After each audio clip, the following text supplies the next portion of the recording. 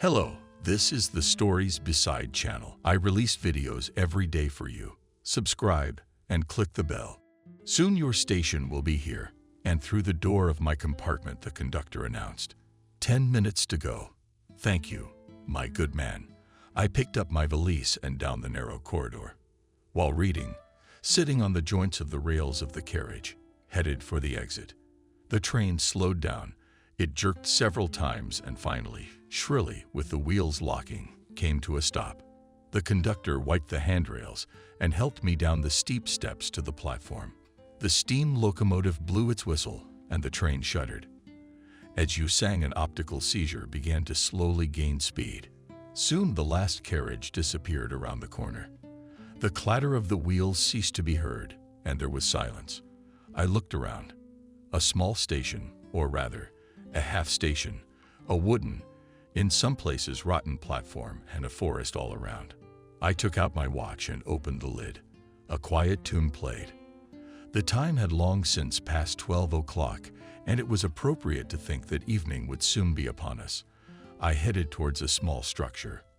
Apparently, the station keeper's cabin. The door was locked. Everything about it said that trains rarely stopped here, and that the station master's position had long since been abolished for lack of use.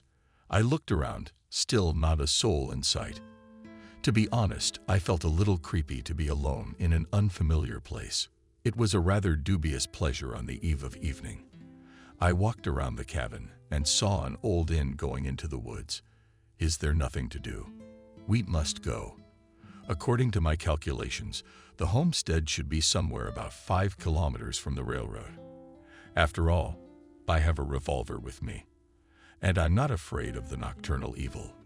I crossed myself and headed confidently toward the road, hitting the railroad embankment before heading deep into the woods. I stopped and pulled the revolver out of my valise, cranked the drum, checking the cartridges, and slipped the weapon behind my belt under my jacket. Well, can we go now? The inn was old, and it was obvious that it was rarely used. To the right and left grew tall mossy, spruce trees with their paws. There were pine trees all the way to the ground, but mostly I was surrounded by melnick. Elderberry bushes grew along the roadside, covered with bright red full berries. For some reason I remembered how as boys we used to spit unripe green berries through tubes, getting unimaginable pleasure from it. I imagined myself now with a buzina in my mouth, and it made me laugh. The road was mostly dry, but somewhere there were puddles, in some places quite large and deep. Sometimes there were boulders, brought here by the Olenek. They were neatly placed on the roadside, so as not to interfere with the passage. I looked under my feet for signs of hoofprints and wheels. There was no cart in sight. I walked not fast, swaying my valise in time with the movement of the evening. The sun was slowly but inevitably retreating behind the trees. The pace was getting darker and there was no end of the road in sight. I began to look around for a place to stay for the night. I was born into a poor family. My parents were once serfs of the Vyazemsky princes. My mother was brought up by the Baron and was brought up in the best noble traditions. In time, the Baron himself laid his eyes on her, but his wife was vigilant, and as soon as she saw his sympathy, immediately sold my future mother to a neighbor, and the latter married her to his coachman Kevin. And that's how my mother became Marloslaw. Being a woman of purpose and firm character, she managed to re-educate her husband, my father, taught him literacy, and made him study. After liberation, my father engaged in selling hemp and pine resin for his wife's dowry, and with his savings he leased a large plot of forest, which once belonged to the same princes Vyazemsky. Gradually the trade began to bear fruit. My father became a millionaire and owned several cargo steamships on the Dnieper. We had a big house outside the city and a large apartment in Street Petersburg. I was the only child in the family, and my mother, a former serf, prepared me for university. But I wanted to be in the military. By that time, the rules for entering a military school had been liberalized, and they started accepting non-oblomen. My father paid the right people, and for 2.5 years I became a junker at the Vilna Cavalry School. After graduation, I was sent in the rank of lieutenant to the Smith Hussar Regiment, which was going to the Caucasus. Well, in fact, do not send to war scion of a noble family, such served only in the Guards. In the first battle at the storming of the fortified Al-Zaitk I was wounded. I spent a long time in the hospital until I was dismissed from the army. But I had no sooner returned home, as I was summoned to one institution and offered to serve as an official. I must say that the new service did not interfere at all with my commercial activities. By the time I returned from the army, the Vyazemsky princes were completely impoverished. The baron's son Christopher started to trade, but quickly went bankrupt and mortgaged even the estate. His sister Lisa sat in her father's estate and, it seems, was preparing to become an old diva. There were no hunters for the young lady. Our house was not far from the prince's nest, and one evening, returning from hunting, I happened to see the young princess. I saw her and fell in love. I didn't chew the snot for a long time. A month later, I sent the matchmakers. You should have seen the old baron and his son. They seemed to burst with anger, if only a former slave, to marry their daughter. The blue blood even boiled. I was about to be chased away, but my father politely explained to the food gentleman that he would give a course to their bills of exchange, and if they did not pay their debts, the estate would come to me. This is a matter for zealous princes. The end of the debate was put by the princess. She, paying no attention to the relatives, gave her consent to marry me, knowing perfectly well that she was losing her title and nobility. A month later, we were married in a small church. A month later, I took my young wife and left for the capital of the empire. Now, allow me to introduce myself. Marlowe Stephen. I'm a salesman of all kinds of collections. Yes, that's my specialty. You might also call me an antiques dealer, but that's a bit of a stretch. I search for, buy out collections that have already been collected by someone, and then sell them to amateurs. Expertise, evaluation is all mine. Understandably, I try to buy cheaper and sell more expensive. The difference is my income, but I always try to give a real price. Cheating is not my thing. Collections, any postcards, paintings, watches antique and not antique bronze, cast iron, musical instruments, bells, anything a person can be passionate about and collect. Believe me, there are some very unusual collections. For example, a collection of feathers. It would seem a trifle. What could be interesting in it? Not at all. I recently sold such a collection to a St. Petersburg object for very decent money. Or, for example, a collection of ships' helms and bells. I bought it from the widow of an old captain and sold it very profitably to a collector. He even almost fainted from happiness, so the money was not spared. I'm not talking about the gun collection. It's a gold mine, but I don't collect them myself. For me, it's only a trade item to be in the subject. I have to read scientific books and magazines, understand the types of iron casting, know the composition of ancient enamels and paints, be able to distinguish the original from the fake, sometimes very skillful. Some sellers go to all sorts of tricks and stratagems to sell their things more expensive, so you have to keep your eyes open. That night was no different from any other. Summer was fading, but it was still quite warm.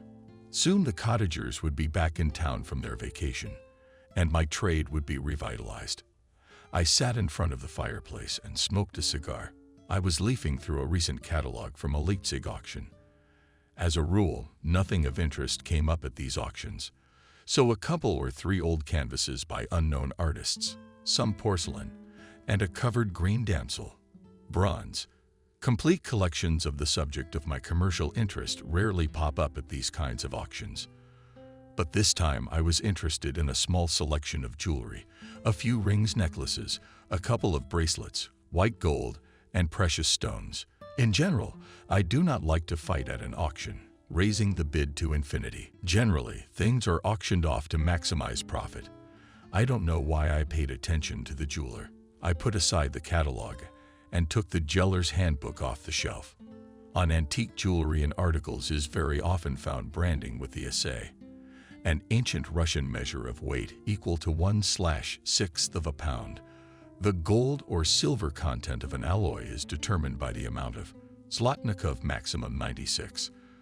For example, 50. A 6 gold assay means that there are 56 parts of gold and 96 parts of the alloy. The remaining 40 additives, the so-called literature. Thus, pure metal without any impurities corresponded to 96 gold pieces of gold, 24 carats. It should be said that the presence of gold in the alloy forms the price of the product, plus the work of the craftsman and so on. It's a bit boring, of course, but agree, valuable information, and for lovers of antiques, and for specialists. So all the products presented in the catalog were 92 OU sample, which in itself was unusual. Budget jeweler is usually not higher. The 56th grading had salt in the fireplace at night, and soon I dozed off with a book dropped in my lap. I dreamed of the goldsmith, new samples, and a roundel round my head. I was awakened by a knock at the door. On the threshold stood a rather decently dressed gentleman with an expensive English cane hanging from the curve of his left arm. The man inclined his head politely and asked if I could see Mr. Marlowe. "What can I do for you?" I replied politely. "We could talk."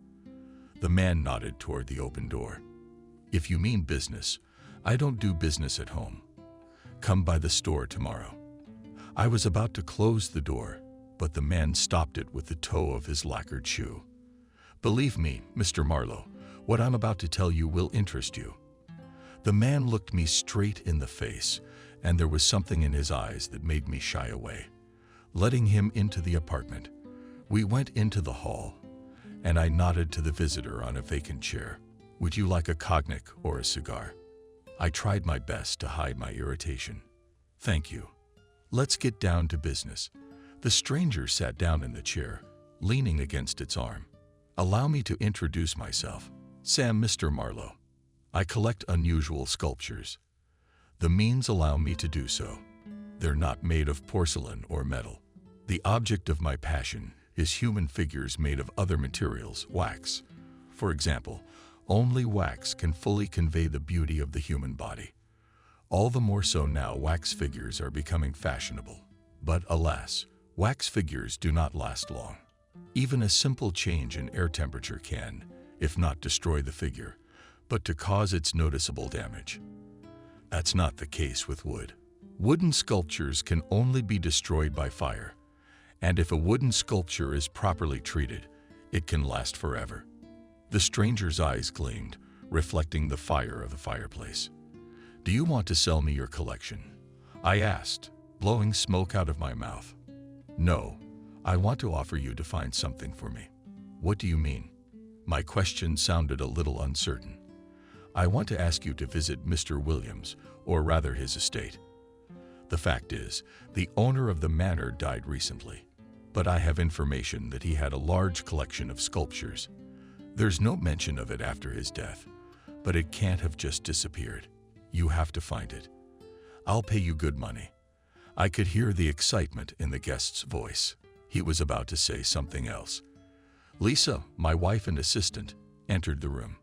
"Sorry, darling. I didn't know you were busy." She smiled sweetly. "Maybe bring an appetizer." Lisa nodded at the decanter of brandy. I looked questioningly at my guest. He smiled and shook his head negatively. "Thank you, dear.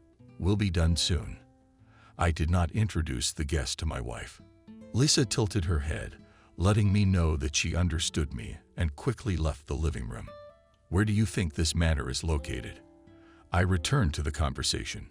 "And what makes you think the collection still exists?" "I don't. I know. I was in Switzerland recently and saw a little girl's figure carved out of wood. It's from the Russian's collection. He was the only one who had figures like this. He showed me some in his St. Petersburg apartment. So you two know each other." I put the smoking cigar butt in the crystal ashtray. "Yes, casually. We crossed paths at an auction in Berlin. A year ago, he recognized me as a fellow countryman and invited me to visit his apartment in St. Petersburg. I took him up on that offer and stopped by. I fell in love with his collection. According to him, the main part of the collection is in his estate. It's about 100 kilometers along the Northwest Railroad. The manor is also called Elnick. The guest was rubbing his hands together with excitement. He asked the Russian if there were any hairs left or not. I took out a notebook. I don't know. According to him, he had a sister. She was living in this estate at the time. According to the Russian, she's a little out of sorts, shuns people, and doesn't like to socialize with them. She is a recluse. She is most likely the primary heir. We need to find the manor, check if there is a collection there, and persuade the sister to sell it. You can set the price. I'll do anything.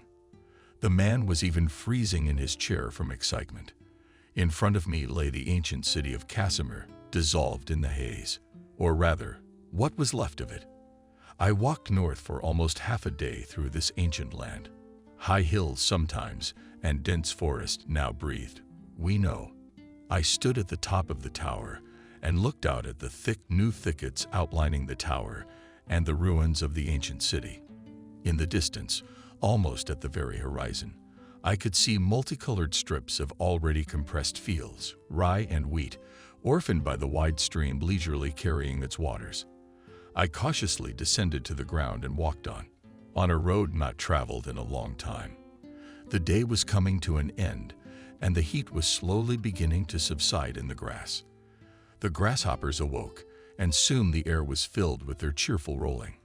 Behind me I heard the squeak of wheels, and the whole not a horse. A cart surrounded by fresh hay was catching up with me. On the front sat a man overgrown, bearded to the ears, and lazily drove the horse to the oar, and carried a sledgehammer. "Is it something in a language I don't know?" he asked. I shrugged my shoulders, showing that I didn't understand anything. The man scratched his head, and after a bit of silence, said in pure Russian language, "Traveling baron." "You can say so," I replied with interest, looking at the raven of local places, looking for the estate of Mr. Russian. "There is one. It's about 20 versts away. You won't get there by nightfall. You'll have to spend the night somewhere." The man looked at me strangely. "Are you a baptized cross-bearer yourself?" "Of course I'm baptized." I pulled out a silver cross on a leather lace from under my shirt. "That's good. These places aren't well-to-do. It's better not to go at night." The charioteer crossed himself with some unfamiliar sign of the cross. "Where can we sleep here?" I asked. "Is there an inn nearby, do you think?" "Just by Perrin's ferry crossing. The Armenians crossed the river during the party. It's not far from there." The man grinned. "Sit down, sir. What's the use of beating your legs for nothing?" He fucked Jamma, and the horse trotted off. We passed the ruins of the city, and the road looped between the hills again. We rode in silence. The charioteer knew what he wanted and silently smoked a duck and an assad. I leaned back on the soft, fragrant hay and dozed off to the sound of the wheels. I woke up when the wheels stopped beating. The cart stood in front of a wide rubrail of ship's pine from the battle. Here was the charioteer squirming. He smiled broadly and waved his hand as if inviting me in. I got off the carts and the lull of the legs, and with interest began to look at the unusual shapes of the house, more like an ancient terem. I looked back at the massive iron-striped gate under a high frame. Just in front of them stood an ancient copper cannon aimed at the steamer. Strange. For what purpose? Inside we were greeted by a white, red-cheeked, and full of piles hostess. Smelled of hot samovar and bread. "Who is it you've brought?" "Charles." She smiled with a full mouth, scrutinizing me with a supple look. "Yes, here is the Baron of the Russian manor looking for him. He won't get there before dark, so accept a stay until morning." I inclined my head politely. "Come in, sir." The hostess's voice became viscously sweet, like overripe honey. I looked around. There were several tables in the hall. 3 men in the corner were drinking tea from a samovar with 3 pieces of sugar. Over the table hung a lively chatter in an unfamiliar language. They paid not the slightest attention to me. I sat down at a table covered with snow-white tablecloth, nodded to my traveling companion. "I invite you to join the company." My companion, while with pleasure, took off the con mascara and nestled it on a nail hammered into the wall, and went to the counter to order tea and snacks for the table. It was almost dark, and kerosene lamps were burning in the hall, creating a mysterious twilight, chipped with shadows. Above our table, too, the kerosene lamp was lit, shining in the shui with a flower as round as a large margarita afire. Soon the hostess brought a tall white teapot and two coolly perky Seraphan cups. Next on the wheat table, somehow by magic, there was a stock and a decanter. While about something, I looked around the room. The walls of the hall, at first glance, seemed to me extensive oak panels. But then I saw that they were perfectly matched pine logs. They were waxed and had a special amber color. Judging by the quality of the woodwork, it had been done skillfully and lovingly for centuries. I imagined for a second how much time and effort such quality work took. Right in front of me on the wall hung several ancient wooden shields with iron booms and leather plates. Most of them were covered with red and black paint already rubbed off. Between the shields on the carpets hung large and small axes, swords, muzzles, ancient daggers, and outlandish knives. Oh, and God knows what else. The soft thief of carpets emphasized the elegance of forms and the hidden strength of fatigue. All this household, despite its antiquity, was well cleaned and oiled. What struck me as a lover of antiquities was the excellent cachet of all these rarities. It seemed that swords, axes, had only yesterday been plucked out by the smith of the armorers. On the adjoining wall hung several unusual musical instruments, some very similar to guitar, others of exotic appearance, not like violins or some kind of snags with strings and bounces. A couple of bear skins and a few antlers weighed in. All in all, it all gave the hall an old cozy look. I even felt like I was somewhere in the 9th century instead of the last 1915. While I was looking around the room, on the table, on the tray was already lying minced meat and even duck covered with forbidden apples, dumping night jam nearby on a variety of plates and spoons. Salted mushrooms by the gun with garlic, boiled potatoes, and pate were frolicking. Almost transparent slices of ham were served separately. Wild boar, well smoked and cross-cut. As soon as Charles was seated at my table, the hostess brought out a dispersed charcuterie on a tray, in a large pewter shot glass, splashing some creepy liquid with the aroma of mint and something unfamiliar. "Try it, Baron," Charles smiled. "You've never had this before." I followed him and put the shot glass in my mouth. The liquid burned my gut for a moment and was quickly confused by the elderly. Tears splashed from my eyes, but I restrained myself and did not blush. But as the hostess looked at me with curiosity, what is it only I could pronounce, translating the spirit brewed by an ancient recipe only for dear guests, the hostess nodded at the birch sap of 100 herbs, and the dishes kept arriving. On the table appeared clay, potted with pickled moose, lips in under vinegar, my large wooden bowl of sauerkraut and pickles. Finally, the hostess personally placed a tin bowl on the table on which thinly sliced pieces of pie lay in a neat mound, made by mega important cookie brains. Charles filled the cooling shot glasses with vodka and proclaimed a toast. To be good to the court and alive for good luck. I didn't understand everything in this toast, but I dutifully drank. We had a snack, and Charles took out a tape about a raven, twisted a gypsy, and bought from a lamp. Satisfied, let out a line of smoke. "And what is it alive?" "As if, by the way," I asked. "You'll soon see for yourself," Charles grinned. We had been sitting for more than an hour when an old wolfish man with no arms entered the hall. Having signed a little at the entrance, he took down from the wall an instrument remotely resembling a violin. Soon a loud melody floated through the hall. It was unlike anything I'd heard before. Ragged rips, notes, squeaks, clouds, a sound that penetrated all the way to the heart. The music seemed like aliens from another world, of a world where non-humans ruled the ball. The melody lashed across the floor, then went up under the roof, striving to break free. Finally, it succeeded, and it soared into the starry sky straight to the golden chariot, the serpent, the god, the foot that began its flight into the coming dawn. The ancient music, played in these parts for 1,000 years, awakened vague and unfamiliar images in my mind that I had not suspected an hour ago. The hostess brought out a large wooden bowl and poured milk. The old man stopped playing and quietly tapped the floor with his staff. Knock, knock, knock, knock. He stood for a while and knocked again. Suddenly, I caught a glimpse of some movement from the dark corners of the plate. Snakes slowly crawled to the plate in unmanned shadows. I shuddered involuntarily. The very sight of creeping of warring creatures gave me a primal terror. I was about to rush to the exit, but he intercepted me by the arm. I froze and, afraid to move, stared at the tangle of snakes near the plate of milk. Suddenly, I felt something cold and slippery crawling up my leg. The head of a snake appeared above the table. It froze motionless as if taking in, occasionally showing its twin tongues, then crawled onto my lap and then onto the table. It grabbed from my plate a piece of meat and immediately swallowed. Now everyone in the room, or our table. The snake looked at me for some time with a non-running look, and then also leisurely descended to the floor on my leg and crawled to the plate.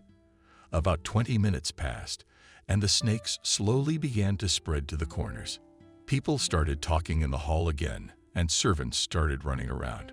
I sat in shock, unable to say a word. At last he managed to pour a shot of vodka into my mouth. He seemed to be frightened and surprised himself when we more or less came to our senses. My traveling companion said, "I have lived a long time, but this is the first time I have seen such a thing." Charles shook his head at the idea of the living embracing a man. Suddenly the old man, still standing at the entrance, looked in our direction. "To my head here alive. And to whom are they feet?" he said in a suddenly thick bass, tapped his staff, and walked out the door. What did he say? I looked at my neighbor. "The Serpentine was born tonight," the king said Charles fearfully, and looked at his mistress with a long, expressive look. It was already night outside the window. When I stood in the gate, there was a knocking in the courtyard. Well, knocked. That's a weak word. In the gate nails or something heavy, with Hilda's throat open loudly. Even from where I was standing, I could see the landlady turn pale and shudder. She nodded, and one of her servants ran to open the gate. A moment later, the stomping of horses' hooves sounded in the courtyard, and several men came in through the swinging doors, though it was not cold outside. They were dressed in cloaks made of wolf skins, wool on the outside. No weapons in sight, but long daggers were guessed under the squares. I knew that for local men a dagger is a mandatory attribute as a stone in the Caucasus. The newly arrived threw off their clothes and their arms under the running servants and sat down rankly at the free table on the benches. The hostess and the servants bustled around, arranging the utensils and dishes on the table. Soon the wine was sick in the parks, and the voices of the guests became louder. Out of the corner of my eye, I saw the few visitors leaving the hall. Charles, too, disappeared as if vaporized. I, on the other hand, remained at my table. We ate the pie with pleasure and occasionally had a shot of vodka. Soon, I and later guests were left in the hall. The doors banged again, and a young lady entered the room. Her appearance was greeted with loud squawks. "Cindy, what's taking you so long?" They shouted for the hops and the young men. "Come and sit down with us." They quickly made room for their guest and moved her a wine glass. The maiden drained it in one fell swoop and looked curiously in my direction. I tried to ignore the merry company.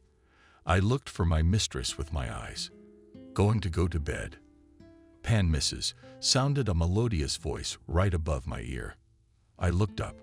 Opposite my table stood a long-time maiden and smiled. "May I have a glass of wine with you?" She unceremoniously sat down on the bench. Across from me emerged from the darkness. The servant served her a full glass of red wine. I poured myself some vodka. The girl barely touched my shot glass with her glass and leisurely drained it to the bottom. I drank a little and put the shot glass on the table. Pan is squeamish about drinking with me, quite loudly, unhappily said the maiden. He took me for a slutty girl. I already knew where this was going, and threw a quick glance at the opposite wall. Then I moved my valise toward me and opened it. My revolver was on the top of it, and it was a matter of seconds to get it out quickly. The room grew quiet.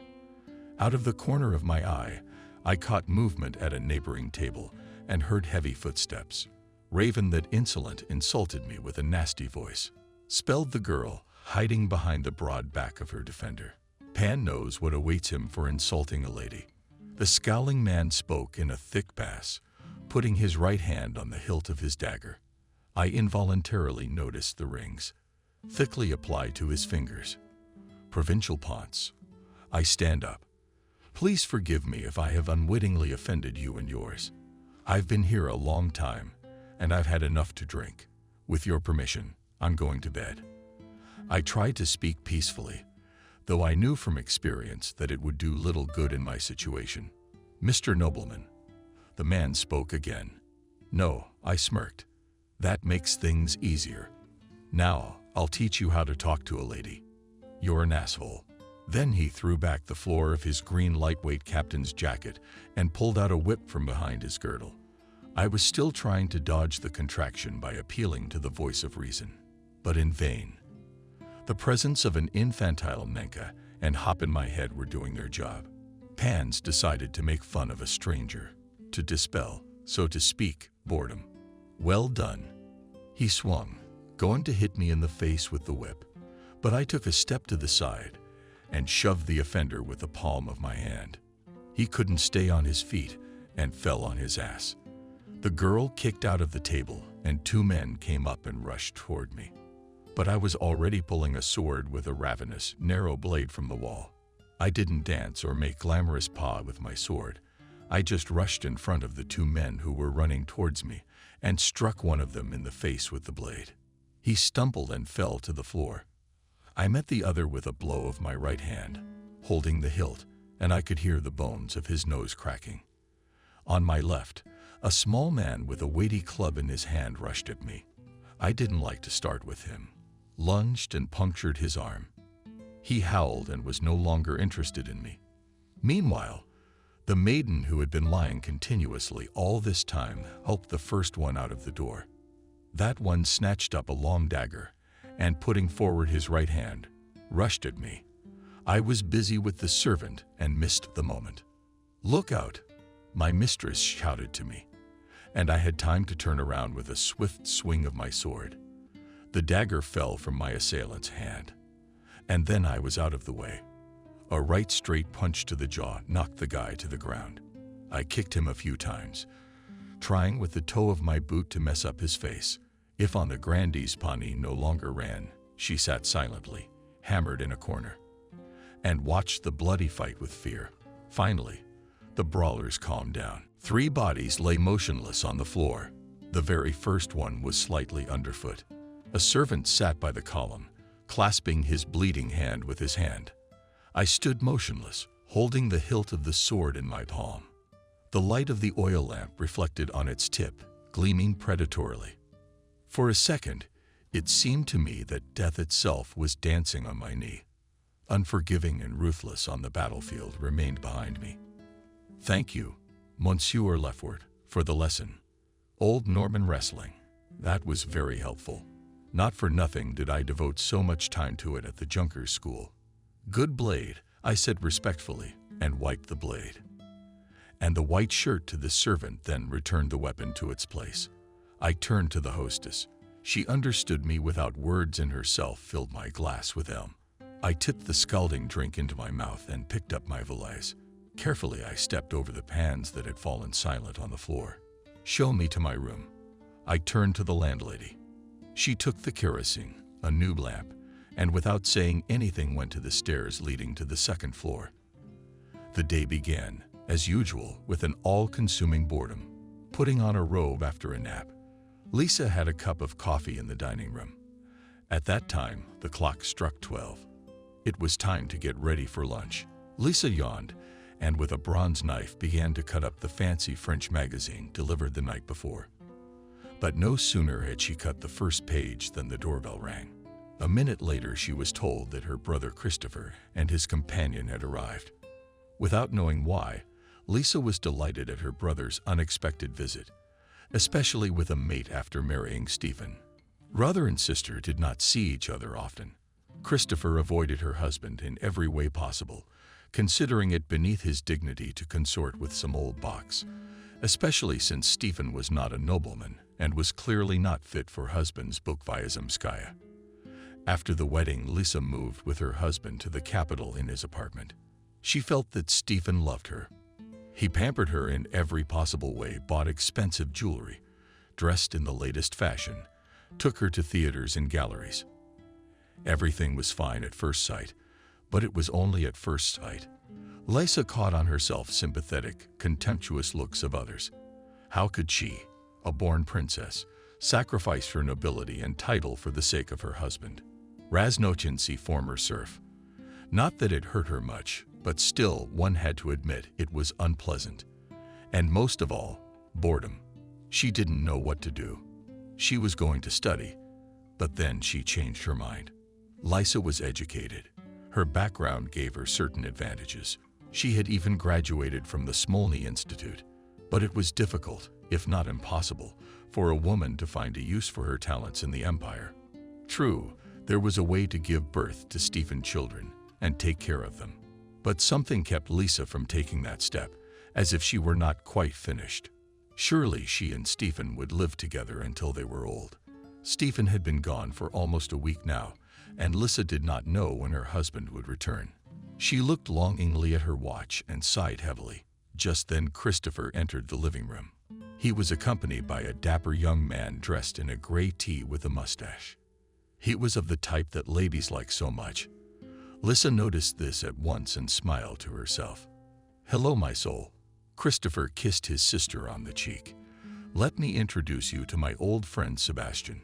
He returned from London yesterday and is full of impressions. Sebastian, this is my sister Lisa." Christopher tilted his head. Sebastian took Lisa's outstretched palm with cold fingers and touched it lightly with his lips. "Where's your miser, grandmother?" All with the old man. Christopher's voice was full of contempt. "Christopher, please." Lisa looked at her brother reproachfully. "Stephen has been away on business for a week." "That's fine. Sebastian invites us to the Mikhailovsky Theater. The French are doing Traviata tonight. But then to the Metropole restaurant. Sophia is singing there tonight with a gypsy corps. It's wonderful. It's so good. And then there will be some exotic dances only for our own people." The maid came in and began to set out the coffee utensils, but the guests categorically refused coffee, citing urgent business. Christopher promised to pick up the visa at 18 o'clock. That was the end of it. Lisa finally unfolded the magazine, but she couldn't read it. Sebastian's face loomed before her eyes. Lisa chased away the thought, inappropriate for a married woman. But she couldn't help herself. She knew one thing for sure. She liked Sebastian. The upcoming evening made her dizzy, and Lisa hummed to herself and began to try on her evening gown. The opera was wonderful. As always, was at the top of her game. The audience applauded for a long time and did not want to let her go after the performance. Lisa and her companions got into their own Sebastian carriage and went to the Metropole. By the time they arrived, the restaurant was full, but Sebastian had booked a table in advance. After a while, their company was joined by herself. She kissed Christopher playfully, gave Sebastian a friendly nod, and smiled at Lisa. Everything that was happening made her dizzy. It was a charming evening, and Sebastian seemed like a true English gentleman. "You have a very delicate nature," he whispered in Lisa's ear as he refilled her glass of red wine. Lisa was pleased by the young man's attention. She nodded and smiled at the corner of her lips. "Do you have such an expressive face, like in old Italian paintings?" The intrusive bow didn't stop. "Any artist would be happy to paint your portrait. Just a face." Unexpectedly, with coquettish Lisa, Sebastian was embarrassed for a moment, then began complimenting her with even more fervor. The gypsies sang and danced, and a young lady in bow came on stage. They held hands and froze in anticipation of the music. A guitar played and the dance began. The music was unusual, but extremely passionate. So was the dance. The partners moved quickly on the stage in a single impulse. It seemed that love and passion were about to engulf them both. The guitar played louder. It was joined by another music, then hushed, then played loudly. Finally, the partner surrendered and threw herself on her beau's arm. The hall exploded with applause. "What is the name of this dance?" Lisa asked with a gasp. "Tango." Sebastian replied condescendingly. "Soon it will conquer the whole of Europe." By the end of the evening, Lisa was already quite tipsy, and when Sebastian offered to see his collection of bronzes brought from England, she unexpectedly agreed. She was back in her familiar environment. She revolved among the nobility and bohemians, and therefore saw nothing criminal in going to see the collection of statuettes of a young man hitherto unknown to her, especially when accompanied by her brother and his companion. Sebastian lived in a spacious apartment in Schmidt's house, almost in the very center of St. Petersburg. They all sat for a while longer, drinking a bottle of old French wine. Then, after coffee, Christopher discreetly disappeared with his girlfriend into one of the rooms. The wine was drunk, and the atmosphere cozy. Pushed to madness, Lisa never fully realized how she had ended up in Sebastian's bed, staring intently into his eyes. She gave herself without foreplay, and only when she felt him inside her. She remembered Stephen, but after a few sweet moments, she forgot again. Responding to his caresses, she sensed that Sebastian had a lot of experience with women. When he entered, she felt a hot warmth spill over her body. She felt so good with him that Lisa wanted nothing more. She wanted it to continue indefinitely. In the morning, remorse came over her. With her mind, she realized that she had cynically betrayed her husband that night. But she felt so good that she didn't want to leave her new acquaintance. Then Christopher appeared with his mistress, and they had fun again, forgetting everything. Several times Lisa caught a rather smirking grin from her brother. Lisa did not return home until the next day, consumed by passion. She had not even considered that Stephen might have returned. After a few years of quiet, measured life with her husband, Lisa felt happy and so desirable. She felt no particular remorse. "I just didn't know what to do next, whether to end the relationship with Sebastian immediately or, on the contrary, to continue it." She did not consider the time spent in her lover's bed to be cheating. Lisa was not going to leave her husband. Well, regretted a little, not washed off. She continued to love Stephen, and even wanted to have children with him. Or she did, but not with him. She was quite satisfied with a secure life with her husband, his calm, non-fanatical love. But Sebastian's heart was sweetly flooded and butterflies fluttered in her stomach. Sebastian, before going to bed, he would walk around the room completely naked for a while, giving Lisa the opportunity to admire his body, completely confident in its beauty. And then it was back to kissing, thrusting, and she would dive headfirst into the hot waves of pleasure. I woke up to a quiet knock at the door. "Get up," Baron heard the soft voice of the landlady. I jumped out of bed, noting the valise next to the bed. I opened it with a jerk and made sure that the revolver was still there. I dressed quickly and went downstairs to the hall. There were no traces of last night's battle. The floor was cleanly washed. There was breakfast on the corner table. I ate quickly and paid. I thought for a while and put a nickel on top. "For your trouble."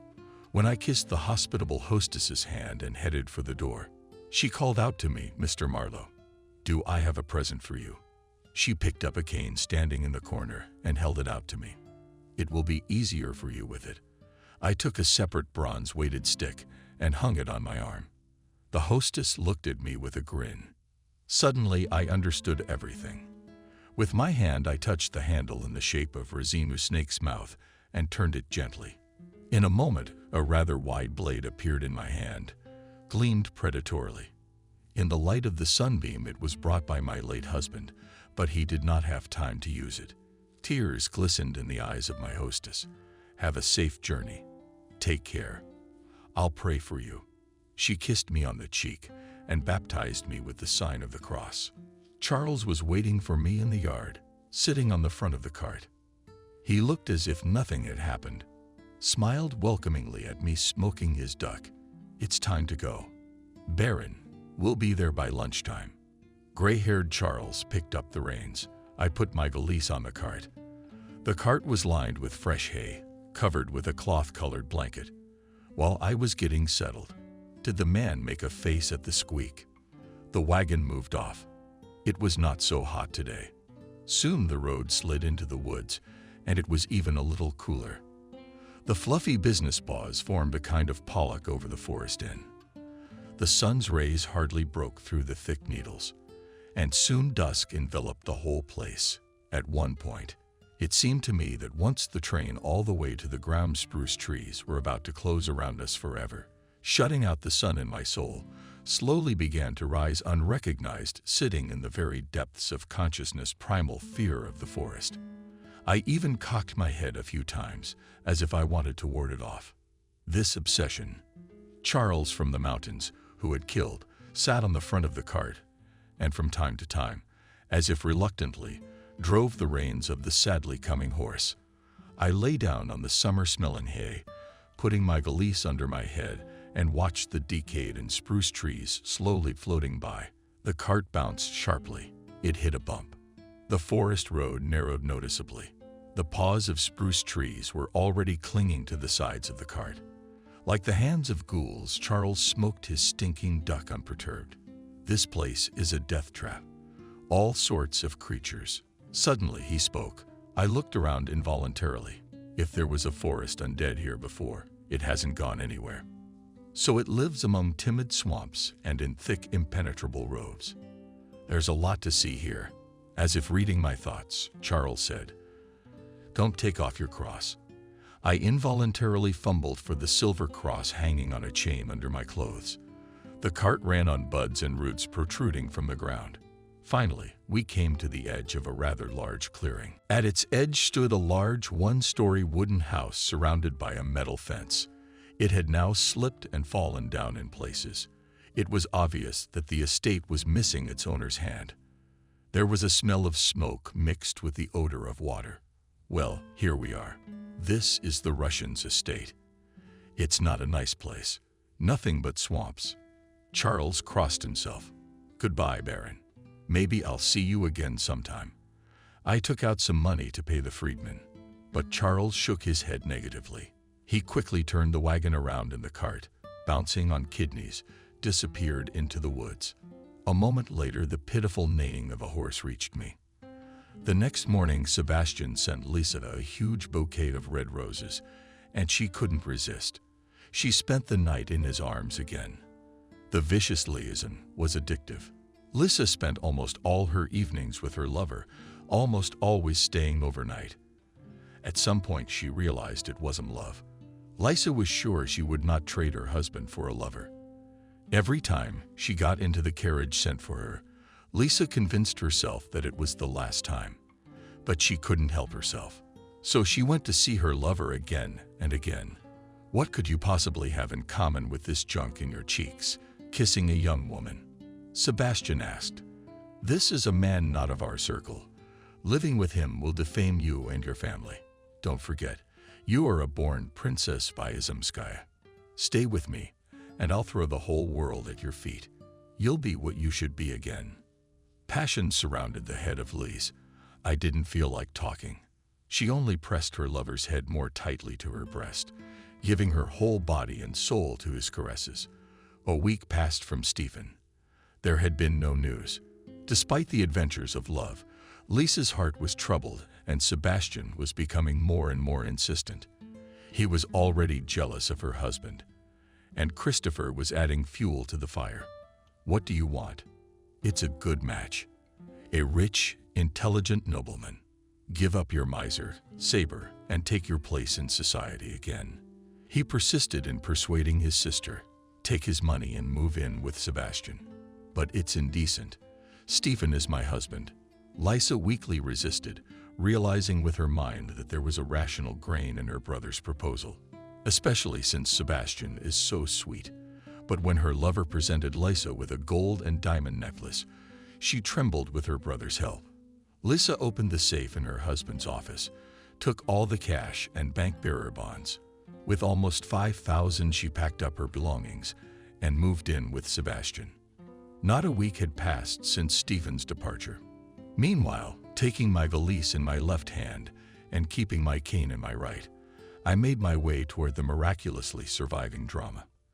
As I approached, looking more closely at the bar house, the ordinary large house gradually over the decades took on the features of a typical mansion typical of the northwestern region. One story with a roof island and attic with boarded-up windows. A handsome, carved, oak door and leather iron lanterns hung on either side of the front entrance above the entrance itself, painted portico supported by 4 antique-style columns, which gave the house itself a certain playfulness and frivolity. But despite the mix of architectural styles, the house inspired an unmotivated fear. Its seemingly frivolous architectural excesses not only did not soften this impression, but instead gave the house an inexplicable gloominess and mystery. I was unfamiliar with this architectural style peculiar to these gloomy, swampy woods. Behind the house stretched a dense business forest stretching for many kilometers. The front was closely adjoined by an old neglected park, in which once well-kept fruit trees protruded from yellowed weeds, spreading their branches like Black Oscar's evil hands. The facade of the mansion. There was that painted in yellow-green color the light of bureaucratic boredom, and about that vividly creepy. However, from painting little remained, as the plaster mostly fell off. Survived triangular gables and above the windows, whose Renaissance austerity has been softened, and the plaster wigs are tall. The narrow 3 or 4 windows reminded me of the end of history and the former greatness of the owners, leaning lightly on a cane. I approached the front doors at the entrance. Suddenly, a sense of inexplicable danger made me look back. Right behind my back, about 3 meters away, pinning his ears and menacingly here motionless, froze a huge gray wolf. He didn't make a sound, only not dog-like lower his fluffy tail to his hind legs. His fierce, non-running gaze on his bloodshot eyes held me as if in its crosshairs. "Who is it?" An unexpected voice in the silence brought me out of my daze. Trying not to make any sudden movements, I slowly turned around. On the stone porch stood a gray-haired old man, clutching a long antique shotgun pointed at me. It was clear that it was loaded, as there was a smoking wick in his left hand, which he held down with his thumb. He had a rather brave appearance, a tanned, wrinkled face, on his head, on a genuine white wig, thin, taut in the room, tied with a wide belt, similar to Slutsky's on legs spread apart, soft, brown boots with busy upward noses. Grandfather, in spite of his tender age, held a rifle, very confidently ready to fire at any moment from such a distance it was impossible to miss. I set the valise down carefully and held up my hands. "Don't shoot. I am from Street Petersburg. I have business with your mistress." I tried to speak smoothly, so as not to frighten the old soldier. The old man was silent, apparently trying to decide what to do. I smiled. "My name is Stephen Marlowe. Report me to Mrs. Russian." My voice was sweeter than honey. "There is no Mistress Ruska Jadwiga here. The mistress of this manor." Importantly, said the old man in Russian, her brother. I was relieved. It seemed I had come to the right place. Now it was very important to meet with the mistress and learn from her about the fate of the collection. The old man grabbed his gun and disappeared out the door. I turned my head. The wolf was still standing behind my back, keeping his yellow eyes on me. Finally, the door opened again and the same old man appeared on the porch, but this time without a gun. "Pani Jadwiga asked you to come through." The old man opened the door, letting me into the house. Elegantly bowing my head and crossing the threshold, I looked back. The wolf was gone. I looked up. head and looked up at the piercing blue sky with white clouds, and the blue sun hangs in the sky for a long time, as if it doesn't want to give up its rights to the night. But then, as if realizing, it instantly disappears and darkness falls on the earth. I climbed up to the voyage and stepped inside the house, the musty air of old age and decay. It hit me in the face. I looked around. A spacious hallway of its own size, more like a dance hall. A wooden staircase leading up to the attics. In the right corner of the hall, a large fireplace made of wild stone, which was brought to these places 1,000 years ago by a glacier. It was obvious that the fire had recently been lit on the walls of the temples with ancient paintings by long-forgotten artists, mixed with hunting trophies. The horns of skull heads of animals, hunted at different times, were placed on special medallions covered with black lacquer. From time, the lacquer in some places was drawn and crumbled, which gave the interior some sinister part. From the ceiling on chains, from the paddle, a huge bronze chandelier with lice, a gorocomb of candles, like the fireplace. It too had been recently lit. A bit of furniture, worn, upholstered, and an ebony table completed the interior. From the hall to the depths of the house led several doors, and I stopped in indecision. What can I do for the gentleman? An elderly lady, accompanied by a young maiden, came out to meet me. Allow me to introduce myself. Marlowe Stephen the antiquary. I bowed my head. I have business with you. We could talk in private. I did not want to start a serious conversation on the fly in the presence of a stranger, especially since I recognized in the girl the very drunkenness for which I got into a fight with the local Don Juan.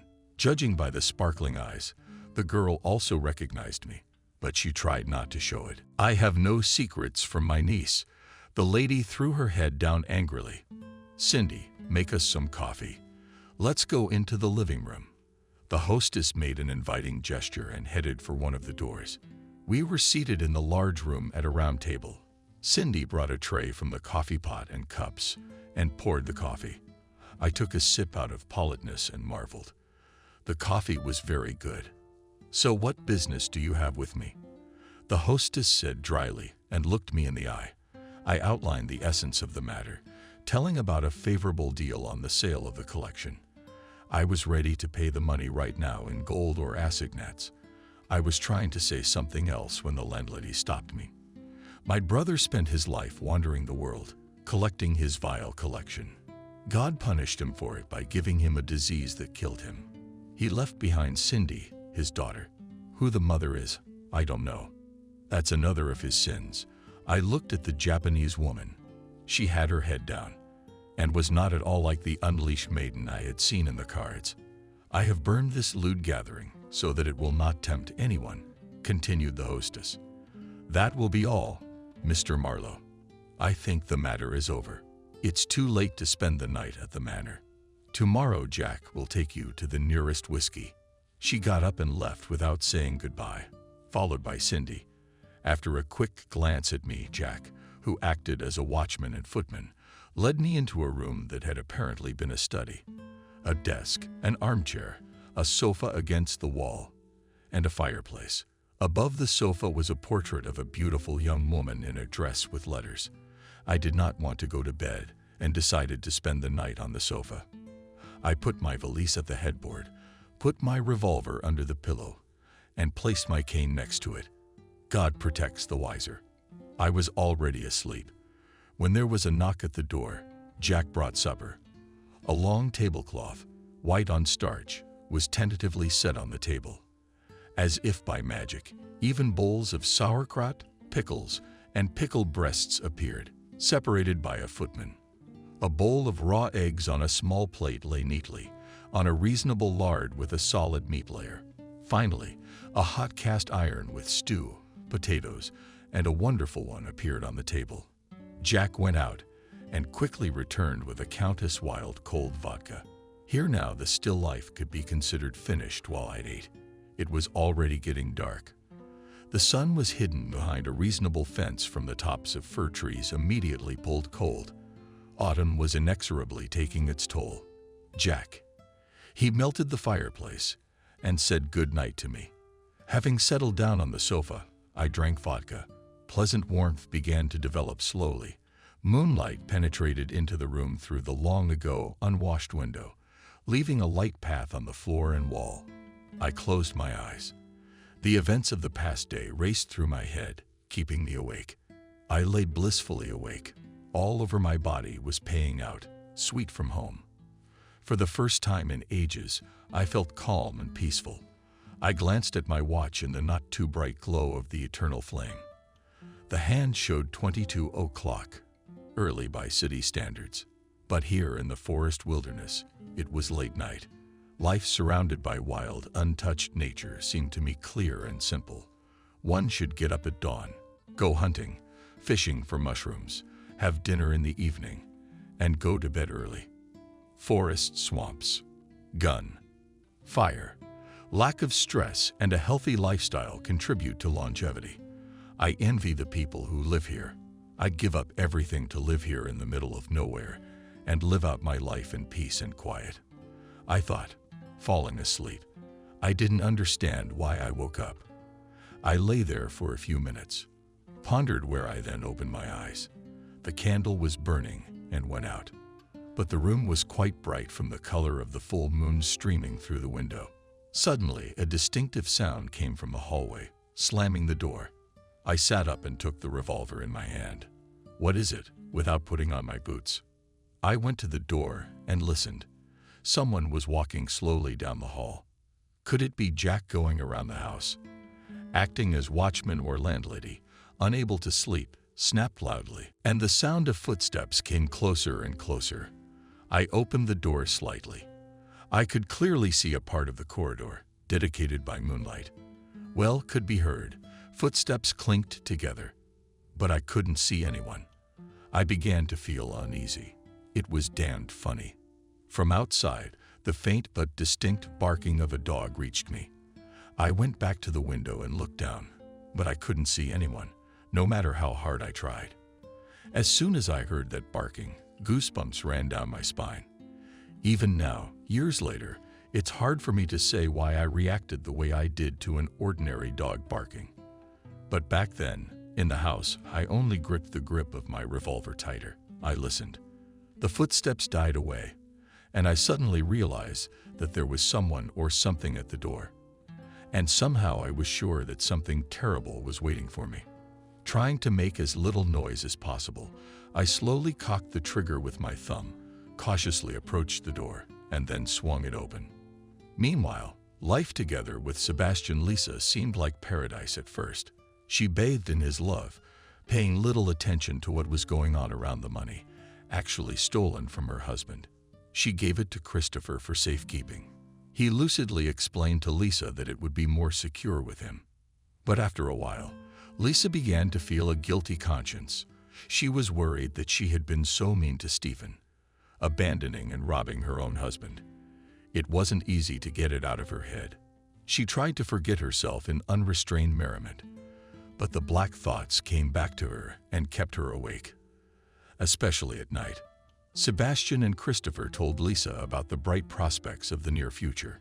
Sebastian suggested going to the church court and asking for permission to hear, but Lisa realized that her chances of becoming a free woman were very slim. True, there was one catch.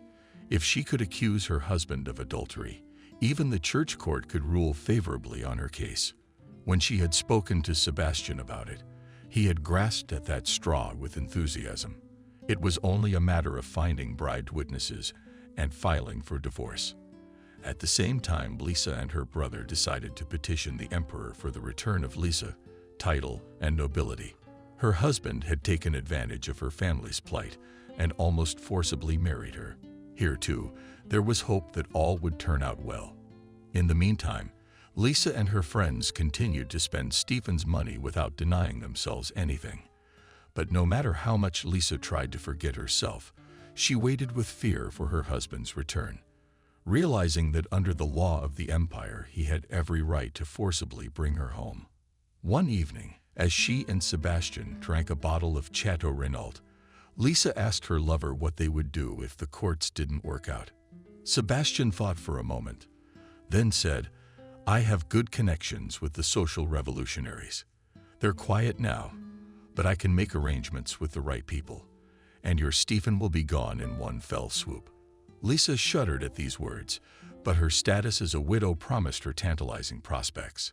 Giving her access to Stephen's main money, she wiped away her tears and smiled blissfully. Meanwhile, I cautiously approached the door and then swung it open sharply. No one was there. I only felt a slight breeze blowing in. Without letting go of my weapon, I stepped out into the hallway and made my way down the hall. All was quiet. There was something lying on the bottom step of the stairs leading to the attic. I bent down and gingerly picked up a small object, a small spearhead made of white metal, most likely silver. It had a leather lanyard on it. It was an amulet. Apparently, it had once adorned the chest of a warrior. The amulet was made in the Oriental style and decorated with intricate ornaments. Did someone drop it or plant it on purpose? I took it in my hand. How could it not be here? I decided to appropriate it. Putting the amulet in my pants pocket, I went back into the room, closed the door at the ankle, and laid down on the couch again. After a while, sleep watched me. I woke up to a chilling, howling human scream. Yes, carrying everything from the street. A gunshot rang out. I rushed down the stairs, shoving my feet into my boots as I went. Hardly had I run out of the house when a flock of bats flew over my head, flapping their wings loudly. I turned my head and saw a vague shadow flicker in the distance. A group of hastily dressed people were crowding about 50 meters away from the house. As I got closer, I saw the body of a confused man lying on the ground. He was already dying. His voice was weakened. He kept mumbling something in an unknown language. Then he stretched out and froze forever, turning into a heap of ugly flesh on the soft earth around him and wiping the body anew. The footprints of some giant animal were clearly visible. 2 men covered the body with leather and dragged it onto a stretcher. The mistress standing nearby wrapped a woolen shawl around the body, then said something quietly to Jack, who held the billet, the gun, and slowly walked toward the house. No one paid the slightest attention to me.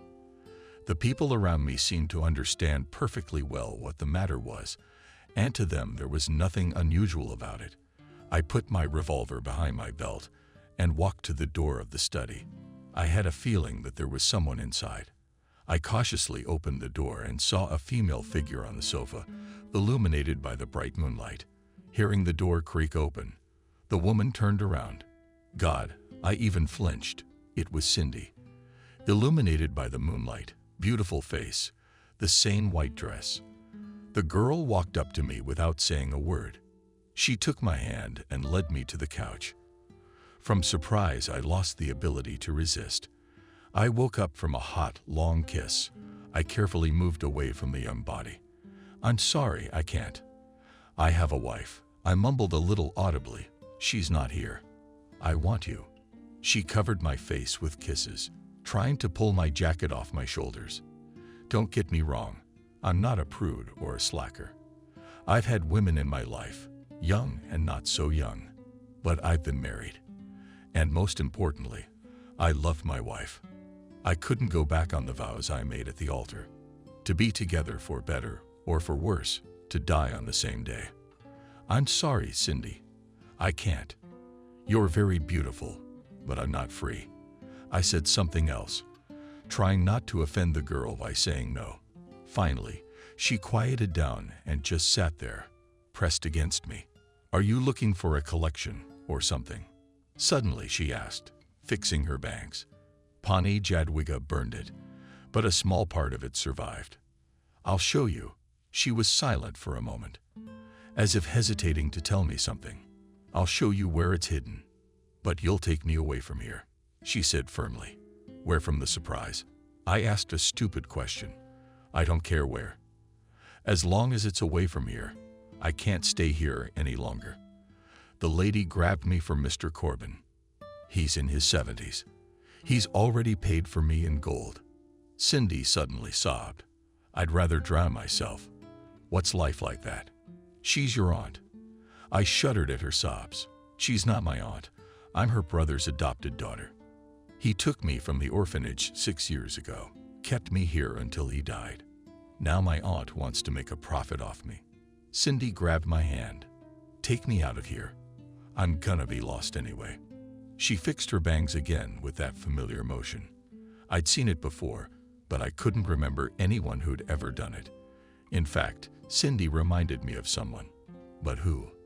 I looked at the beautiful face. I stroked the silks, the clean hair. It gave off an odor, the faint scent of drunken jasmine. It was as if I could read her mind. Take me away, my love. Don't leave me, she whispered. I've waited so long for you, love and moons. The scent of jasmine. The girl lit the lantern and stood up. Come, I'll show you the collection. I stood in a damp cellar, and before me on a hastily made fairy tale of rotten floorboards, on a pedestal stood a coffin covered with mold and bits of clay. It was evident that it had long rested in the cemetery soil. Once made of oak planks, it was now a pitiful sight. The lid was pulled off, and well-preserved human remains came into view. In some places the bones were shattered, but on the whole the skeleton was well preserved, the skull with long hair, fangs, and empty eye sockets. Next to the skeleton lay a sword. But even without this attribute, it was clear to me that it was a warrior. But that's not what struck me. On the chest of your corpse on a leather lanyard hung an amulet, exactly like the one I found on the stairs 2 hours earlier. I don't know why, but I was suddenly overcome with terror. I lost the ability to think and move. A creature with brightly glowing eyes was approaching me. It came so close that I could hear its angry breathing. Suddenly it grabbed me with its paws and teeth, batted at my neck. I felt the pain of the bite, and a warm trickle of blood ran down my chest. I snapped out of my fake nightmare. The sun was shining outside the window. On the table was a white towel-covered breakfast of toasted slices of white bread, butter, and a pot of hot coffee. Honestly, I didn't yet realize where was dream and where was reality. I remembered well how the jar and I had gone down to the basement, how she had shown me the straw-covered boxes that held the cloth-wrapped wooden figures. Even at first glance, they were worth a fabulous amount of money. Then Cindy left, and I fell into this nightmare. I even leaned in. It was so natural. Well, it was time to leave. Just how to get the collection and the pit. The door shrieked and Jack came in. Good morning, Baron, he said respectfully. Cindy has told me everything. Help her, Baron. She's a good girl. She doesn't belong here. Jack wished with his lips and continued. The wagon is ready for you. I've put the boxes of dolls in there and covered them with hay.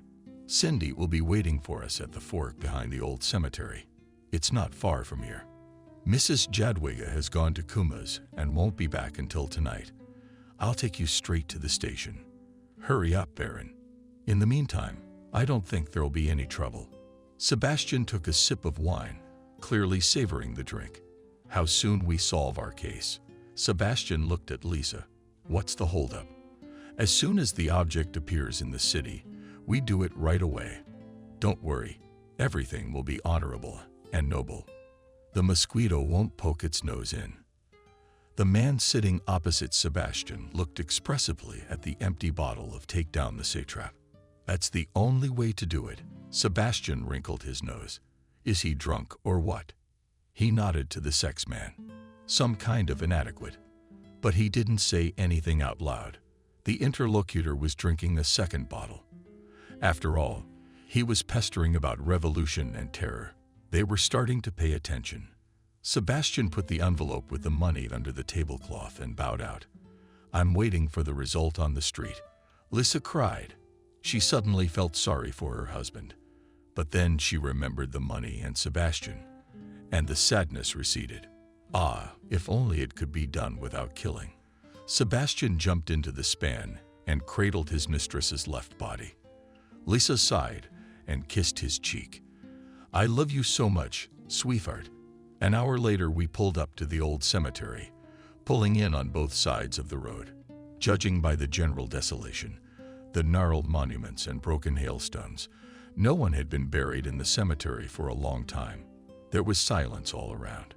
Not even the sound of the wind could be heard. The place was definitely haunted. I wandered at night between the mossy gravestones with inscriptions in an unknown language, which no one could read. I even got a little creepy. But I realized it wasn't ghosts I had to fear, it was living people. Come on, Cindy. You picked a good place to meet. Jack looked at me with a frown, as if he'd read my mind in that abandoned January cemetery. There are such people in this land, and no one can read the inscriptions, not even the Braves. The inscriptions are badly erased. I marveled at the knowledge of the village man. I'd heard something about them. They fought a long battle with the Slavs who came to this land from the west. The wars lasted for 100 years until these people assimilated with the invaders, but they preserved their language and their culture to this day. At the edge of the cemetery, Cindy was waiting for us, dressed in high-lifted traveling gowns. Seeing our carriage, she deftly jumped on it and smiled dreamily. Her thoughts were already in Street Petersburg. I did not share her optimism, if only because horsemen appeared from the turn. When they saw us, they quickly headed in our direction. It was immediately clear to me that we would not be able to escape. 4 armed guards of the county police, led by an associate. "Wait, who are they?" shouted the eldest, holding his horse. "People from out of town. We're going to the station." Did I answer as politely as possible? "We have documents." The ranger kept a suspicious look on my face. "Kuzmik, look, there's a girl." A young voice sounded behind me. I turned around. One of the guards had pulled Cindy's handkerchief off, and her blonde hair fell over her shoulders. "She's all right," the young one laughed. "Give me the papers." The guard leaned toward me and held out his hand. At that moment, there was an indignant shout from Cindy. The guard got off his horse and shamelessly searched for the girl to the loud laughter of his associates. "I thought you were the police, but you're a gang of guards." Disappointedly stretched out I. "Are you literate?" The town officer swung to hit me with a whip, but did not have time. The revolver struck the shot. The policeman dropped the whip and grabbed his arm.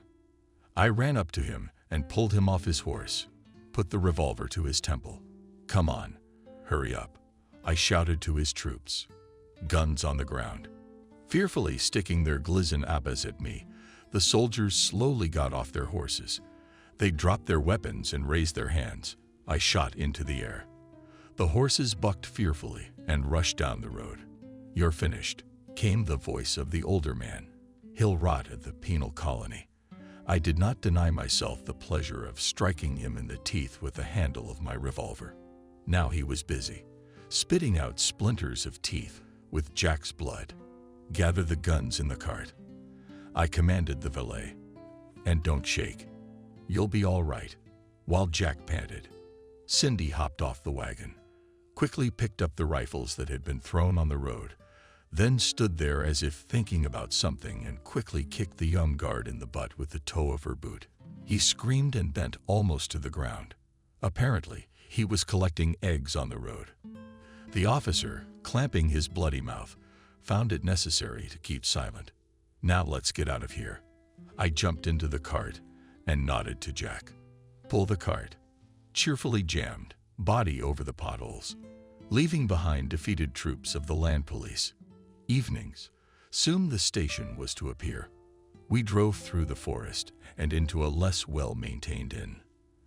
The sound of hoof stomping reached my ear.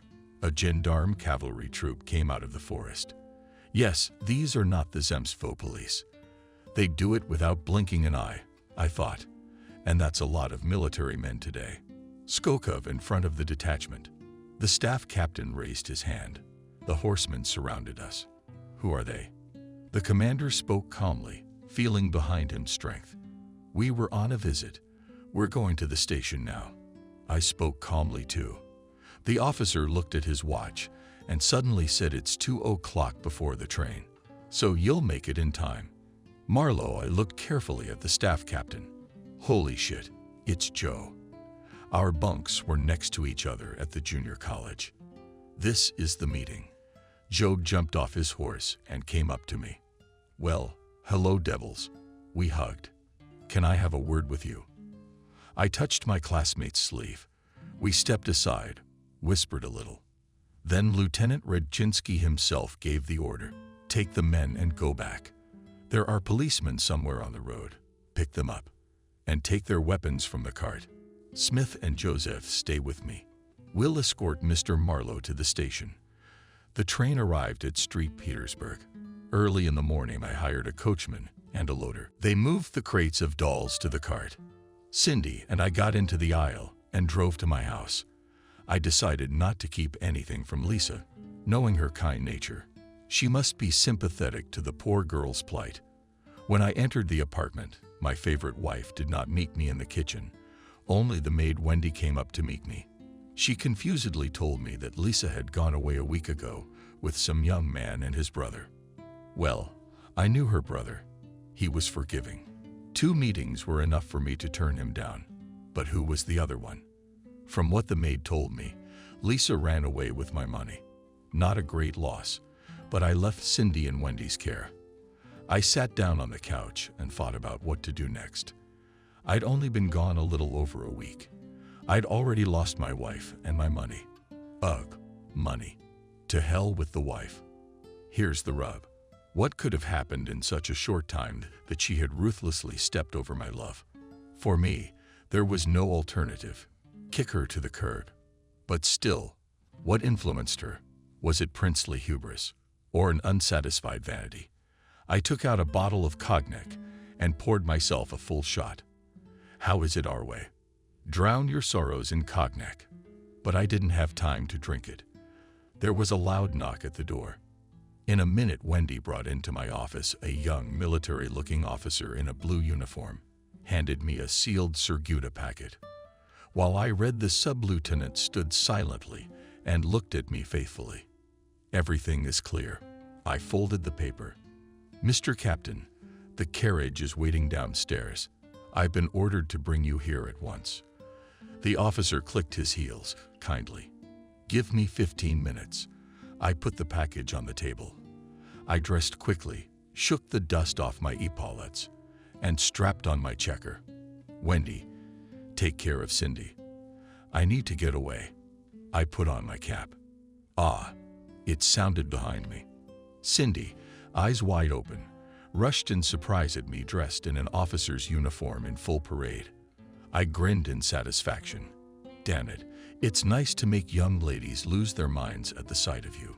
His Excellency is about to perceive. The young adjutant grumbled and swung the door open.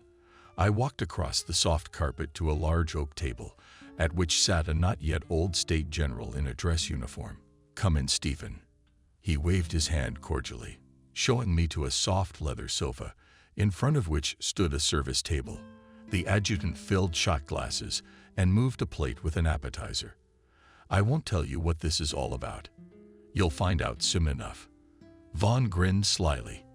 "In an hour we are waiting for the sovereign." I even choked up cognac stuck in my throat. "Who is waiting?" I asked through a cough. "Your Majesty." His Excellency patted me on the back. "Let's have a drink and get on our way."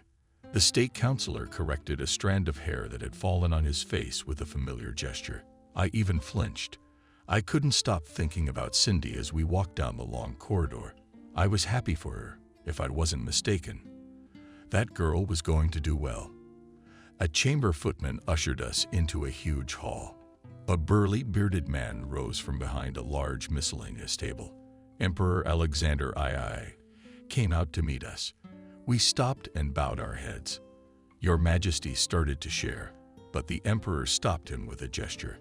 "Why the unnecessary words, gentlemen? Tell me, Joseph, have you thought about my proposal?" The Emperor's voice was soft, but in it you could feel the hidden strength of a man who left the whole of Europe trembling. "Yes, my lord, I agree." Dennis looked faithfully into the Emperor's eyes. The Emperor nodded with satisfaction. "And you, Baron?" I didn't realize at first which Raven we were talking about, except for the Emperor and us here. There was no one else in the hall. "He doesn't know yet." "Your Majesty," smiled Dennis. "He was not in Street Petersburg." Alexander II looked at me with a smile. 3 days ago, I granted your father nobility and the title of Baron for his invaluable help in building the Siberian Railroad. So you are now a second-generation Baron. The Emperor and Dennis laughed. I want to appoint you Deputy Chief of the Palace Police, the Emperor continued, and looked at my companion. That's his deputy. I didn't think for a long time. I agree. Well, then congratulations on the rank of Lieutenant Colonel. The Emperor sat down at the table. Gentlemen, I give you a month to organize the department. Tonight I dined at a place not on the Moika. To tell you the truth, I didn't like the bohemian bustle of restaurants, but this evening I wanted to be among people. Loneliness was weighing me down. I didn't risk taking the whole with me. It looked very provincial. Knowing the morals of our and glamorous young ladies, I did not want to expose a nice girl to their ridicule. I was in euphoria from the events of today. First, the news of Lisa's betrayal and escape, then the visit to the sovereign. A new appointment, a newly acquired title and rank, all of which would have made anyone's head spin. I was sitting alone at a table, away from the hustle and bustle of the world. When I heard a familiar laugh, I looked up.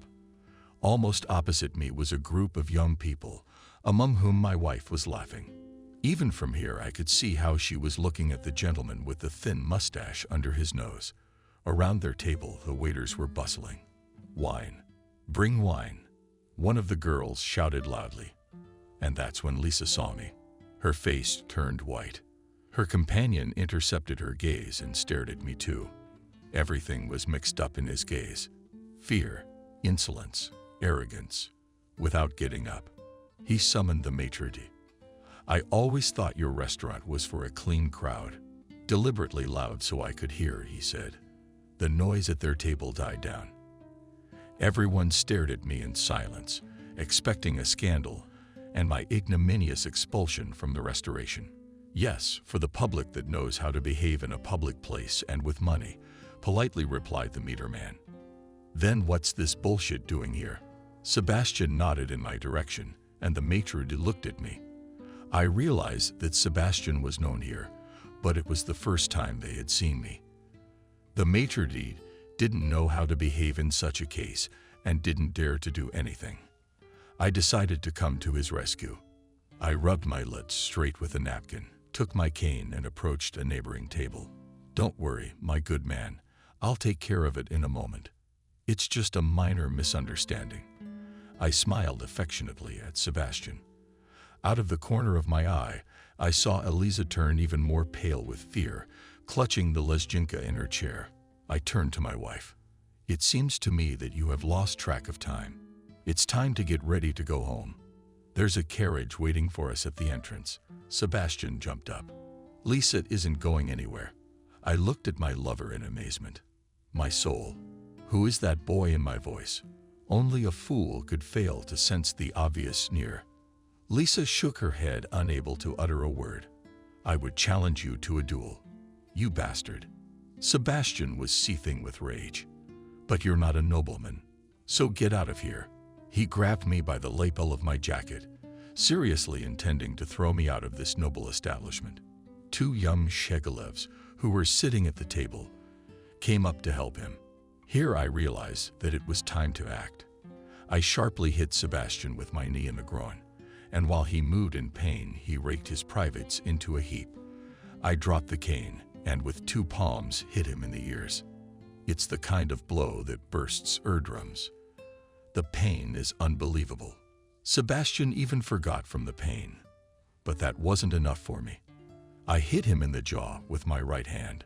Sebastian was thrown up, and he flew into a corner, picking his way into a pile of empty tables. I turned to his companions.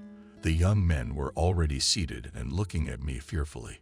It looked like this was the first time they had seen such a fight. I picked up my cane, glad I didn't need my sword. Lisa, I'm waiting, I said to my wife. It's time to go. She silently got up and walked out. I slipped the maitre d' $5 for material and moral damage. He nodded understandingly, tucking the money into his breast pocket. I followed Lisa out the door. I didn't want to talk to that lying bastard at all. But it was a matter of principle. As long as she's my wife, she should be home. I'll throw her out. When will I finally decide what to do with her? In the morning, a policeman came and took me to the courthouse. The elderly judge took a long look at me and wrapped Sebastian screws around which Lohankin was fussing. And the lawyer then asked me the question, "Why did you beat up this gentleman?" I shrugged. The man attacked me in front of witnesses.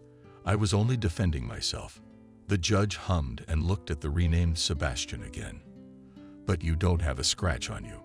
Witnesses show that you beat him methodically." The judge menacingly, frowning his eyebrows. "Especially since this gentleman is a nobleman. And you knew that?" "Yes, I did." "And what does that mean? Is his blood a different color, or is he immortal?" The judge was beginning to annoy me. The judge opened his mouth to put the boar in his place, which was me. As the courtroom creaked with boots cleaned, an adjutant of the chief of the palace police entered. He unceremoniously approached the judge and whispered something in his ear. The judge seemed to deflate. He looked at me with a completely different look. It was a look of genuine paternal concern. "Well, Stephen, why didn't you just say so?" He even stood up. "Mr. Barron, I'm dropping all charges against you. You are free to go." I stood up, turned around, and without looking at Mr. Sebastian, walked towards the exit. You should have seen the look on his face that very day. I brought the hole where they fight. They looked at each other in silence for a long time. Finally, a tear ran down Joseph's cheek. "Daddy!" The girl screamed and threw herself into her father's arms. What else can be added? Kinship is kinship. For years, Joseph was sure that his only daughter died in childbirth. I left the office without saying anything. They had a lot to talk about. A month later, the sovereign granted the divorce. I rented an apartment for Lisa and tried to forget her. You can imagine her state of mind when she found out she'd lost her nobility and title again. And the money, and her husband too. She tried to get back together with me, but as you can see, in vain. Betrayal is unforgivable. Lisa lived in Street Petersburg for a while, but then she sold her apartment and left. Her fate is unknown to me. Sebastian confused everything with the SRs and was soon shot by the police during an expropriation. Christopher Wyazemski lost at cards, so he was forced to sell the mortgaged estate. My father bought it and gave it to my mother as a reminder of her happy childhood. And I plunged into my work. I decided for myself, no more women. Enough.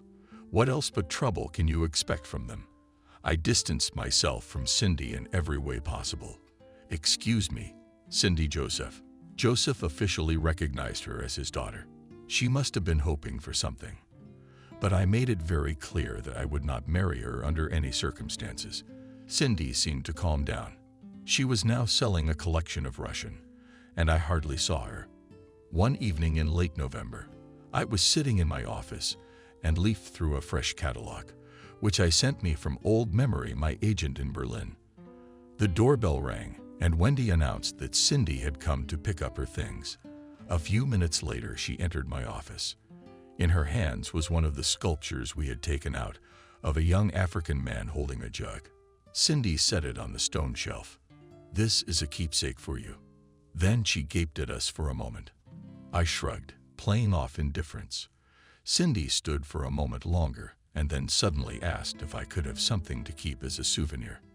"Cindy, take anything you want." I loved that girl, but I couldn't help myself. "Principals, gentlemen." "Thank you, Stephen." Blushing, Wendy called out. The maid brought an open bottle of champagne and 2 tall flutes. "Let's have a drink." Cindy sat down on the edge of the couch and handed me the wine flute. I lightly touched the rim of her flute and in one fell swoop drank the contents with the last thing I saw. Before I passed out Cindy's satisfied face, I opened my eyes to my chest. Something was pressing. I lowered my head slightly, and in the light of the boss I saw my female head. While building on my hairy chest, Cindy cautiously peeked under the blanket. Both me and the girl were unclothed. I didn't realize anything about how I ended up in bed with her. She felt me moving and opened her eyes. You said yourself that I can take anything I want as a memento. So I took you. I wanted to say something, but she covered my mouth with a passionate kiss.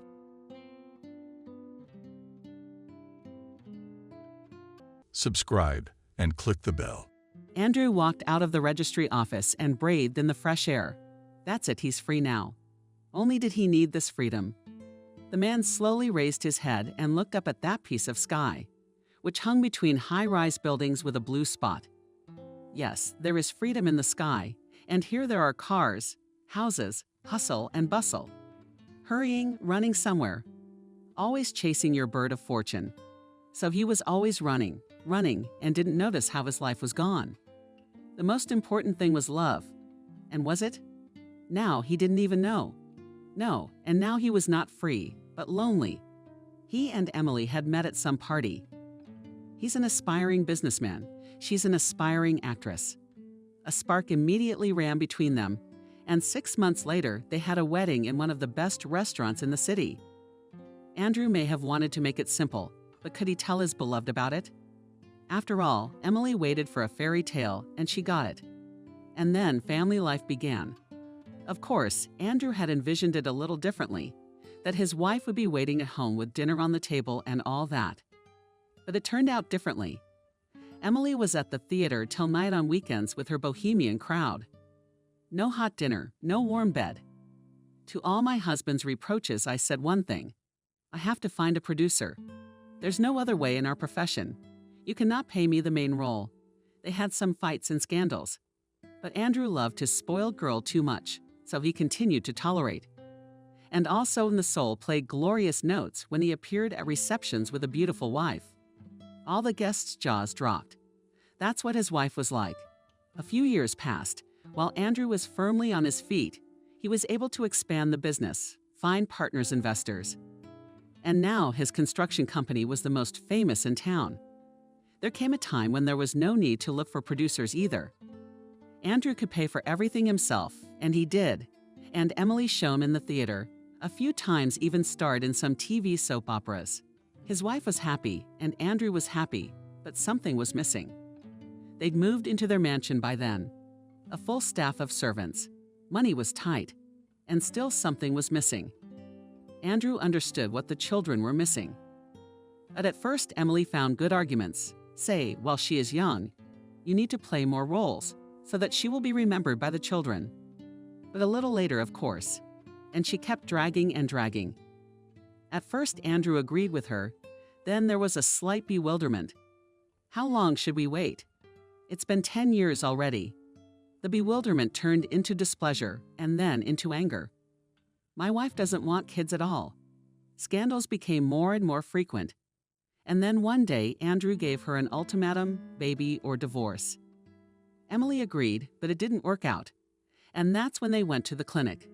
The doctors were all hands on deck. Emily couldn't get pregnant at all.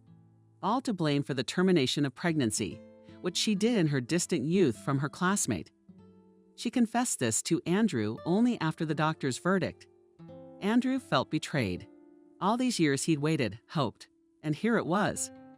No, he didn't blame Emily. She'd done something stupid when she was young, so what now? But he should have confessed sooner. After all, medicine is not standing still.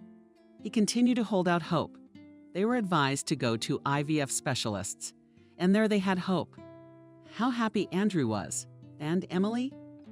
Well, she pretended to be happy, although she was often thoughtful. She was the first to speak to the surrogate mother. Andrew didn't want to hear it at first, but Emily convinced him again. Honey, you understand, if I have such problems, can I bear our child after echo? I mean, the doctors themselves say there's a 50/50th chance I'll get pregnant. I mean, I'd have to undergo excruciating procedures, take hormones. And not the fact that it will help, and I'll break up and become ugly. Not to mention I'd have to give up my profession. But you won't like me anymore either. I'll always like you, Andrew assured her, sweetie. That's what you're saying now. When I'm 100 pounds, it's like a promise. You'll talk differently. And Andrew agreed. No, not because the prospect of his wife's unpleasant transformation frightened him. He didn't believe it would be like that. He just didn't want his beloved to be tortured with drugs and procedures. They spent a long time choosing a surrogate. And finally, they found a young girl. Maria was from the countryside in the city, worked as a hairdresser. She had a daughter, whom she gave birth to from a classmate 6 months after graduation. They wanted to get married, but didn't have time. He left to serve. She promised to wait for him. And when she gave birth to her Nancy, the news of her husband's death and a hot spot came. His mother was raising him alone. A week after the terrible news and died. Maria, too, had only counted on her mother. Their father abandoned them a long time ago and left for parts unknown. And when Nancy was 3 years old, doctors made a terrible diagnosis. The girl had a serious heart defect. You only live to be 10 years old with a heart defect like that. That's if you don't get an operation. You can wait for years for a quota. For an urgent operation, the sums required were unbelievable. You can't earn that kind of money in their village. Not in the city either. But Maria looked for a way and found it. She decided to become a mom. She honestly told Andrew about her situation. He got into the story and immediately paid the money, even though it was not according to the rules.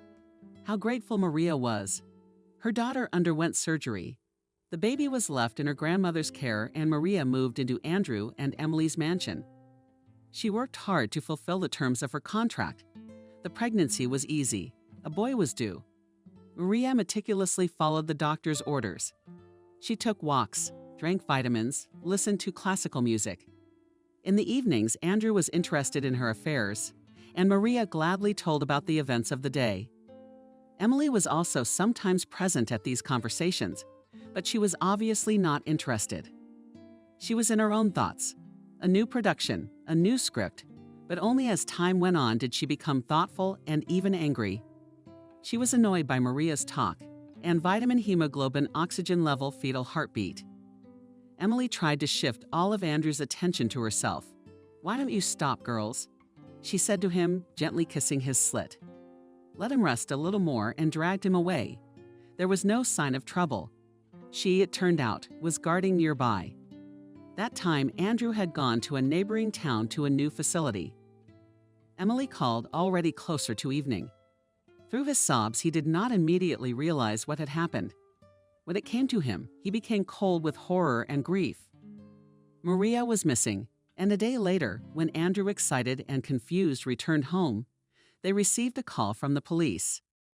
Outside of town, they found a burned-out car with the exact license plate number Maria had left in the passenger compartment, the charred corpse of a pregnant woman.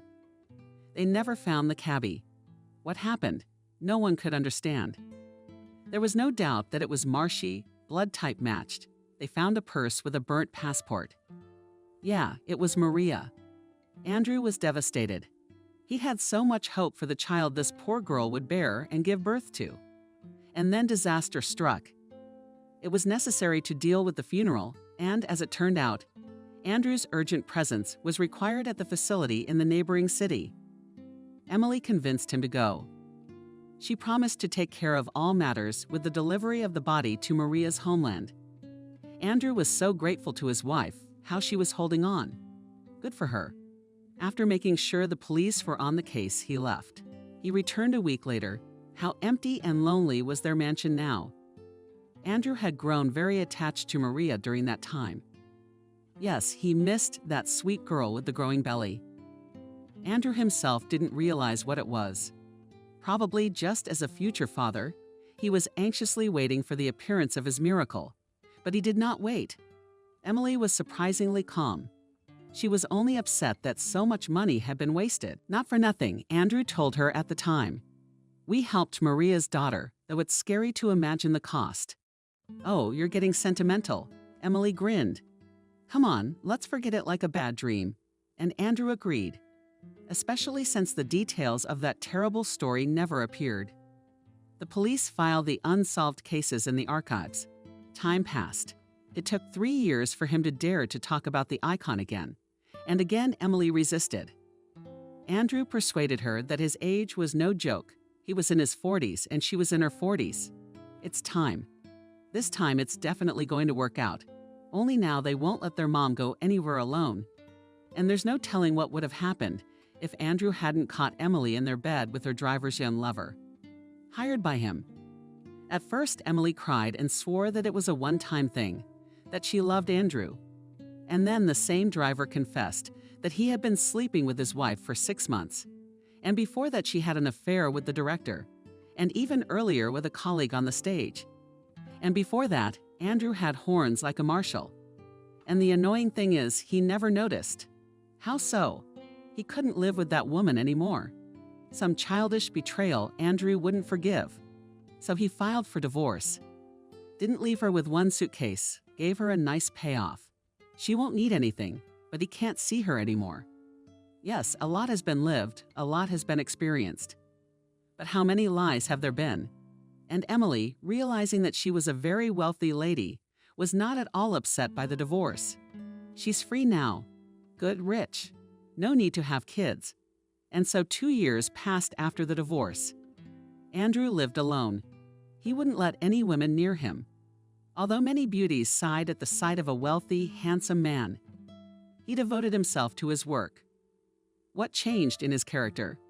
The formerly good-natured, understanding boss was now a dry man's sugar. Tough, principled, demanding. He was wounded right in the heart, and it wound up. Everything in his office had to work like clockwork, and no one had the right to disrupt this work. Employees in the office were afraid of being late and were not delayed for a minute in the morning at lunch. Not to mention reports and projects that were issued strictly on schedule. Kate worked for Andrew as a secretary. She knew him from before, and now a striking change. So surprised her, but had to conform. It was so hard though. Kate had a daughter growing up as well. Anna went to the preparatory group at the kindergarten until 2 years ago. Sometimes Kate could bring her daughter to work with her if the kindergarten was on quarantine and her husband was on a business trip. Now she had to make it work. Andrew kept a strict rule. No outsiders should be there, especially not children. The last proviso concerned Kate. He paid enough money, so to break this rule was the height of insanity. That day, everything went wrong. Andrew's reception desk received a call from the watch, asking Kate to come down. She saw a young woman and a little boy about 5 years old. The woman was so thin that Kate involuntarily thought, "Is she sick?" "Excuse me," said the stranger timidly. "You're White Andrew's secretary." "Yes." Kate nodded and stared at the woman. "Please take the boy to him." The woman's voice trembled. She held out at the runaway and immediately clutched the child convulsively to her. Then, squeezing his hands lightly, pushed him Kate. "This is his son." Kate's eyebrows stopped somewhere in the middle of her forehead. "But it's his son." The stranger interrupted her and held out an envelope. "Give it to him. He'll read it and understand." She lowered her eyes, then rushed to the boy, hugged him, kissed him, and rushed away to the exit. The boy ran after her, but then, as if he remembered, he turned back to Kate. "Auntie, take me to Papa," he said, and timidly stretched out his skinny little hand. "Well, let's go," Kate replied confusedly, looking in the wake of the fleeing woman. Spun and envelope. Kate shrugged. Called out to her by the security guard, who had heard the whole conversation. "Maybe the police should be called." "Let Andrew decide," the girl replied, looking thoughtfully at the child. She caught herself thinking that the kid really looked a lot like her boss.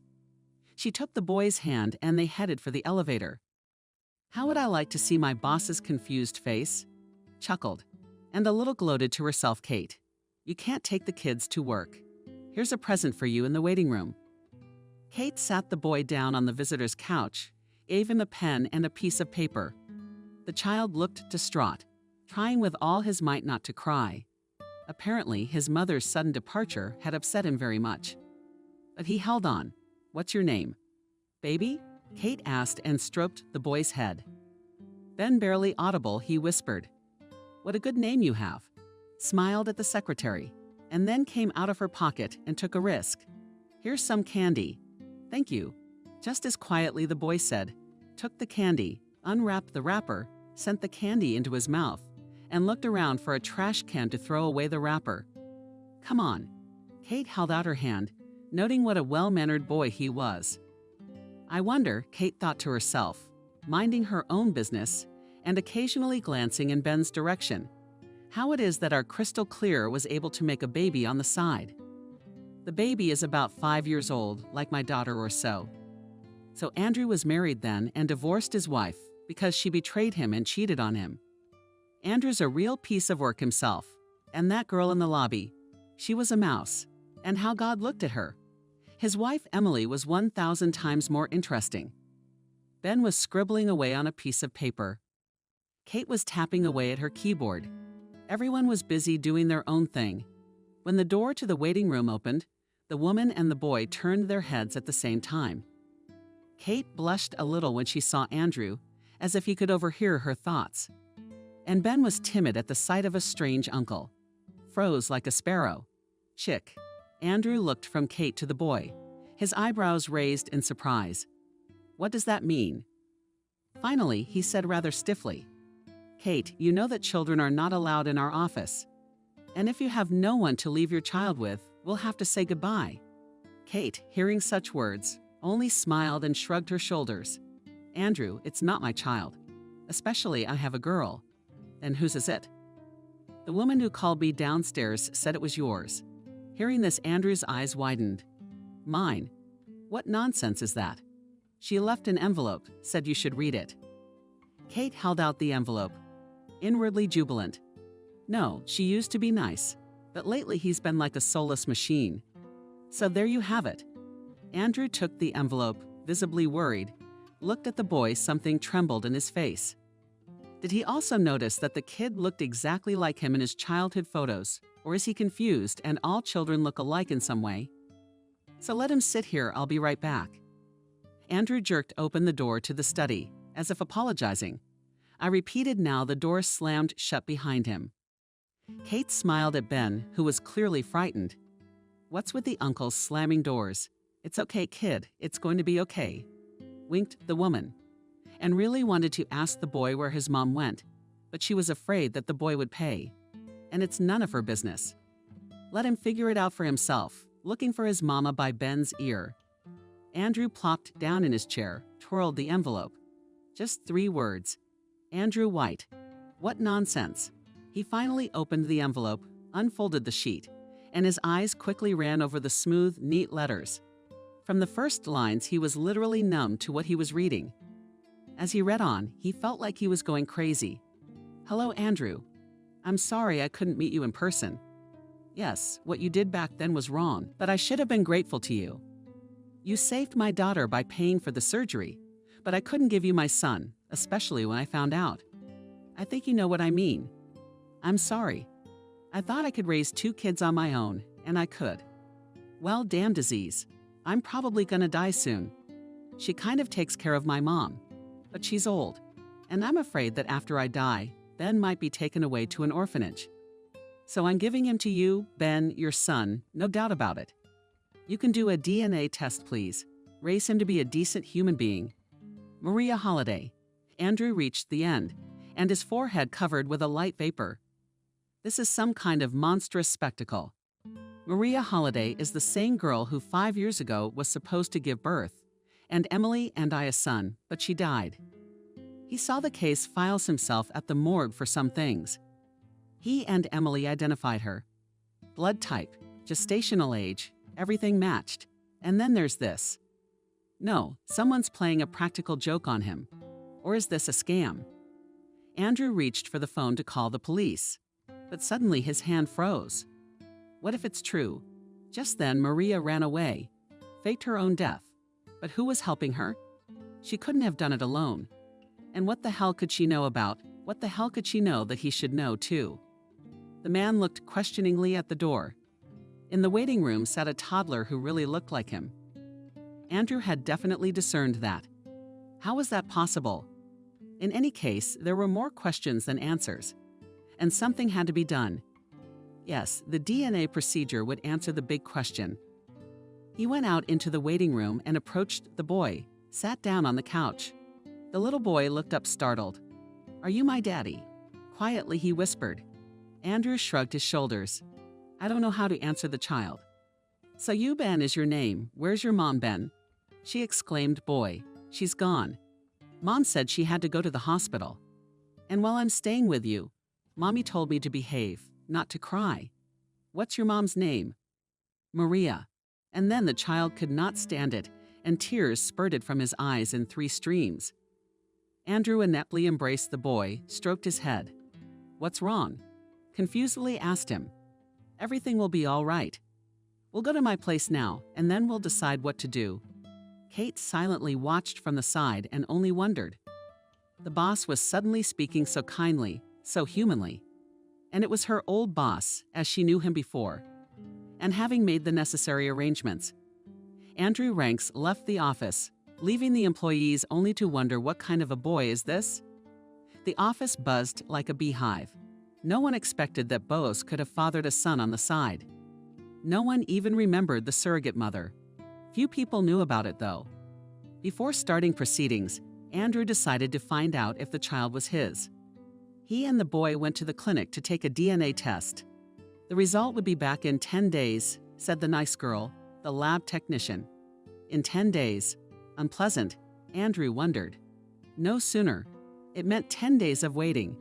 Or maybe we should take the kid to a shelter. Let them sort it out themselves. And if his mother is the same Maria, do not have to find out for themselves. The mansion was surprised to see the owner so early and with a child. "Andrew, what is it?" The maid Jenna asked shyly. "Something has happened," Andrew sighed. "I don't know what it is yet. Feed the boy, keep him busy. I'll have to find out something." Jenna didn't ask any more questions, just nodded her head. Andrew went into the office, found some old papers. Among them must have been a copy of Maria's passport. It's definitely there. Andrew looked at the registration in some backwoods, wanting to be surprised. It would have taken him 24 hours to get there. But before he went looking for Maria, he went to the police. He had to find out the details of the unsolved case. Who was actually found. He was sure Maria was dead, but Emily was more in touch with the police at the time. He had an urgent job to do. The investigator listened to Andrew and raised his eyebrows in surprise. "And I was on the case at the time, and I remember it well." "Yes, you identified the corpse as Maria, but then new details came to light." The investigator said that Maria was found alive and well in the village. She just filed a report about the loss of her passport. "We called your wife. We couldn't reach you. She said she'd pass everything on to you." Nothing was passed on. Andrew shook his head. "Was that for?" "No. No. I called you later and asked you how things were going. What else could I say? I said I didn't know anything. But why didn't you tell me about Maria?" The investigator's eyes ran strangely. He lowered his head, and then firmly said that he had so much work that he didn't have to talk about the same thing 20 times. Slammed the door. He walked out of the office. He didn't like that investigator. To hell with him. The main thing was that Maria was really alive, and now it was necessary to find her so that she could personally explain everything to him. What's the big deal? Did he know what she was running from? And then he stopped. Another thought adored him. It turns out Emily knew Maria was alive and was hiding it. What the hell was that? He had to talk to his ex-wife right away. Her phone was silent. And when he arrived at the apartment, he bought Emily himself as a payoff. He didn't move any further from the locked door. He pounded on the door in vain, rang the bell. "What are you guys doing in the hallway?" An old woman looked out of the apartment across the hall. "I'll call the police." And only from there Andrew answered tiredly. "Do you know where the mistress is? And who are you?" Ex-husband's ex. Emily has been gone for a week, as if on vacation somewhere in the Arab Emirates. The grandmother looked at Andrew with some gloating. She found herself a good man. He is her boss and loves her very much, so they left together. "I'm glad for her," she grinned. Andrew replied. "I don't know when she will arrive. She doesn't report to me." Andrew went down the stairs, and the neighbor woman muttered something else in his wake. She left such a nice woman, and now she's running away.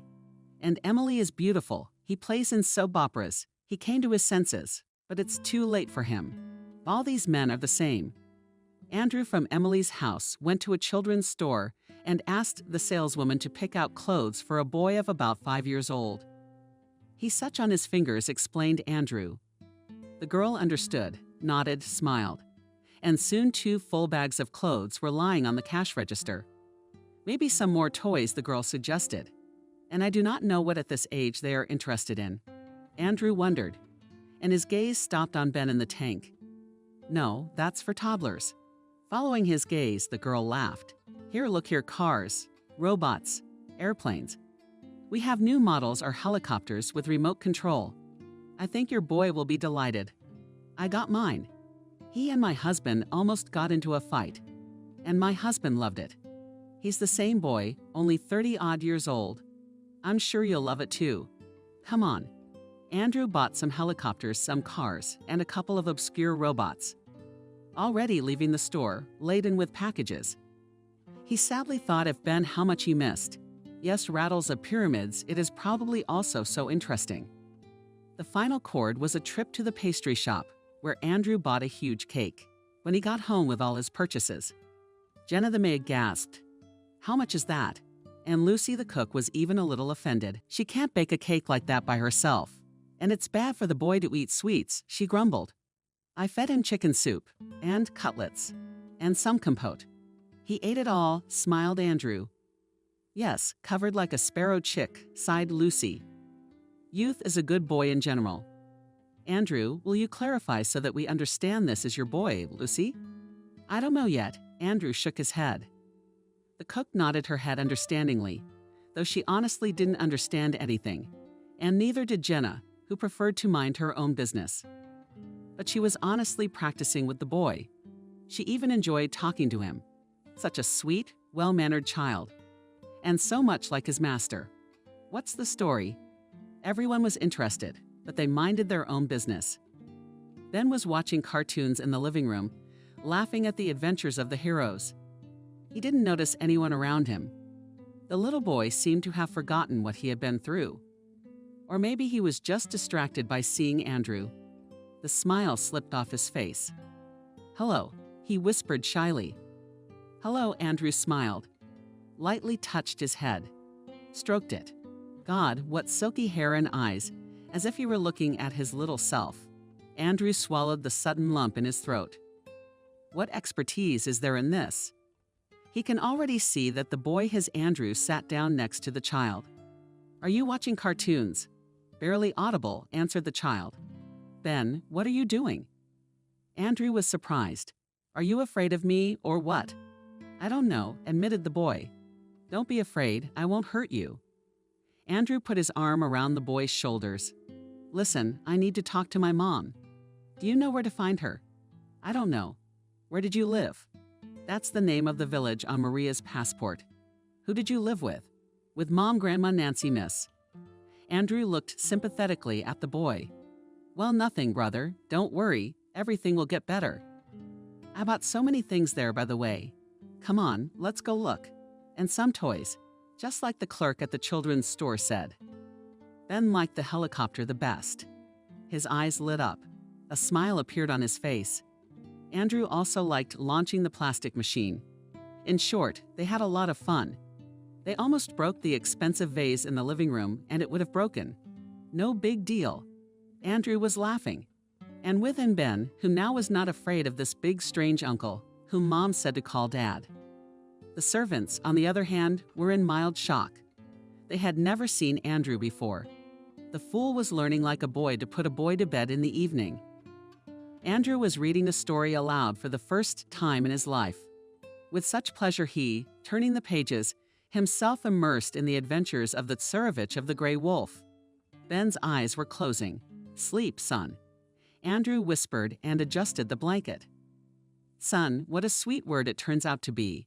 And that night he slept the sweet sleep of a baby and woke up the next morning with a clear understanding of what to do next. We should go there awkwardly and right now. Settle things at work, leaving Ben in the care of Jenna. He went to find Maria. He could have taken the train, but Andrew decided to drive halfway, rest in a roadside hotel, and then on his way, driving with confidence. He couldn't forget the goodbye vote. Are you leaving me sobbing too? Asked the boy. Don't go away. You and I played so well. I'm back. Baby. Andrew hugged the boy and gave him a ringing kiss on the cheek. A few days, and we'll be together again. Yes, now Andrew was sure that he would not part with the boy. It's his son. DNA results aren't back yet. What's he gonna see in there? Ben is his son. He can feel it. Miranda's grandmother got up early that morning. She needs to make pancakes, granddaughter. She likes them very much. Nancy has a big event at school today. Her granddaughter is participating in a recitation contest. She's learned a nice long poem about friendship, about loyalty to Maria. She picked it up together and taught it. But my daughter had to leave, and Ben took it with her. The elderly woman sighed heavily, wiped away a running tear. Why are they so unlucky? She and Maria, herself all her life alone, my Kola and daughter had to Maria in general. It is not clear why all this punishment. After all, good, sweet, never hurt anyone in her life. Had to face such problems. Oh, what will happen? Will she never see her grandson again? She didn't shed tears. Why did they have to go through such an ordeal? Oh, Maria, I wish the Lord had heard the mother's prayers and took the trouble away from her blood. The old woman sighed heavily. She wiped away her tears. Oh, and sighing, where from the pain of physical pain that all the joints were twisted, where from the pain of mental pain, she began to make pancakes. Soon a little distracted and deftly flipped pancakes on the frying pan. Hi, Grandma. A blonde-haired girl of about 10 years old looked into the kitchen. How good does it smell in here? Miranda's grandmother shouted quite a bit. There's a stack of pancakes waiting for you. Let's get cleaned up and get to the table. It's almost time for school. I put on your eye uniform yesterday and made you some bows. We'll put the bows on. Of course, the teacher said that the dress uniform. Nodded the girl. Soon Nancy was happily eating, and Miranda's grandmother was admiring her granddaughter. She's growing up to be a beauty. She looks like Maria. Batchy will come to look at me drinking the last pancakes with a huge Frank tea. Asked Nancy, Of course I'll support you, my love, but don't worry. Read like you learned with your mama. Yes, with Mom. Nancy lowered her head, trying to hide the tears that didn't run. Grandma, do you think Mommy will come back? She would. Miranda nodded vigorously. I pray for that every day. Ben, maybe she shouldn't have taken him with her. Granddaughter, Mommy's right. It's better this way. We'll get together. We'll all still be together. She's wiping her tears now. It was Miranda's grandmother's turn, but she quickly came to her senses and with difficulty got up from the stool from the hall to the room. I had to get my granddaughter ready for school. After crossing her grandson in her wake, the old woman knelt for a long time on sick knees near the little icon. What was her heart praying for? What was her soul crying about? And Nicholas the wonder worker nonchalantly looked down from the icon. Listened and realized if he could help. Only the Lord God could decide. It came out in the process. After calming down, Grandma Miranda headed off to school. Nancy was at her best today. And not surprisingly, the girl received first place for reciting a poem in her age group. Returning grandmother and granddaughter from school. Proud Nancy carefully clutched the winner's diploma and looked joyfully at Grandma Tonia. Here would be to call Mom now to please her, said the girl. It would be good, sighed the old woman, but you can't get through. There's no connection there. Yes, I know. So they talked. They reached their yard. And they both froze in bewilderment. There was a fancy car at the gate. An unfamiliar, tall, dark-bald man got out of it and walked towards them. Hello, he said. Tell me, please, Maria Holiday lives here. Who are you? Miranda's grandmother asked, a little puzzled, looking at the stranger and his car warily. My name is Andrew White. I'm an acquaintance of Maria's. I'd like to talk to her. Andrew White. The old woman gasped and clutched at her heart. That's the one. Well, I don't know if it's the same one or not. Andrew was confused by the old woman's reaction. You know, Maria is my daughter, the old woman confessed. My name is Miranda. Why did you come here? She left for you and Ben took her to you. That's why I'm here. I can't understand anything. Where is Maria? Andrew answered impatiently. I need her to explain everything to me personally. All these years I thought I didn't have a child. And now I have a son. Get Maria." "No," Miranda answered quietly. "You really don't know anything I don't know." Andrew shouted, and almost pitifully added, "Explain it to me. Let's go inside." Sighing, the old woman replied, "I need a break." "Nancy, run." Opens the door, the girl with curiosity looked at the unfamiliar uncle, ran and forward into the yard. The old woman and her guest followed her. Andrew looked around with interest. "Lord, how shabby is everything here?" The fence is swaying. Some kind of building at the back of the yard. Probably a barn. The roof was hanging off it. And the house itself is old. I guess there's no man's hand here and no money. Although clean grass you cash in the yard, flowers in the flower beds, in the house also did not smell of wealth. Everything is old, but neat. Grandmother Miranda escorted the guest to the kitchen, sat him down at the table, put the kettle on herself. She was silent. Andrew was also silent. Both didn't know how to start a conversation. Nancy looked in and immediately ran away. "That's Maria's daughter." "I remember her talking awkwardly," Andrew asked. "Yes, that's our Nancy." "Thanks to you, she lives," with a sigh, replied Miranda. "But at least you did a good deed." "Why did you do this to my girl?" As Andrew cried out, it was only fair. "You know about surrogacy." "I know. I was against it at first, but Nancy had to be saved. I agreed to do it with my daughter on my own dime. Who knew you'd cheat her like that? Ben is our joy, though. Everything was fair. She's carrying our baby. And we were counting on what she did. Ran off and faked her death and faked her death." The old lady sat on the stool, pale with surprise. "Maria definitely didn't do anything like that." "I would have known.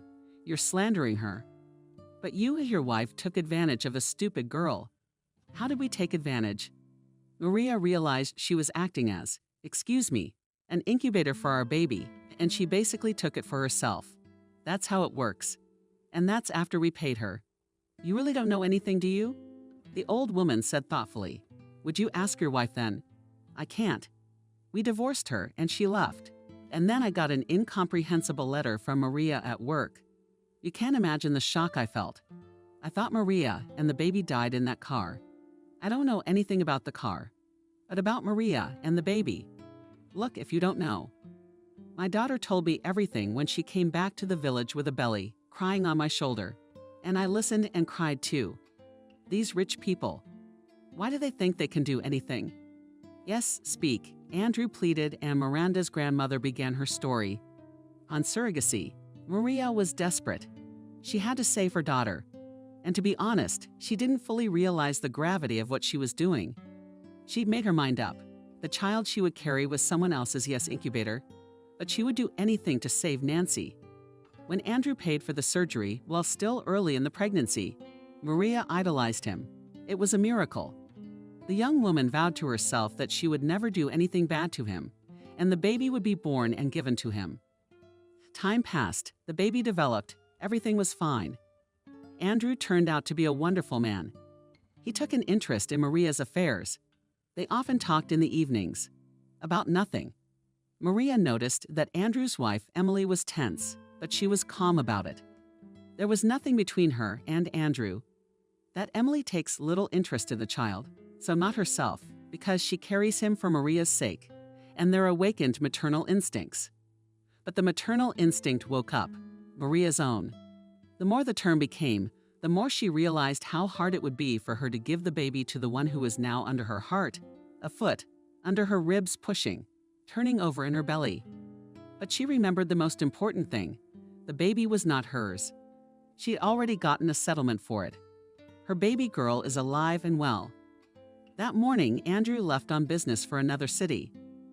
Maria was going to the clinic for another checkup. Emily was going to drive her. When Maria was ready to enter the room, the landlady came in.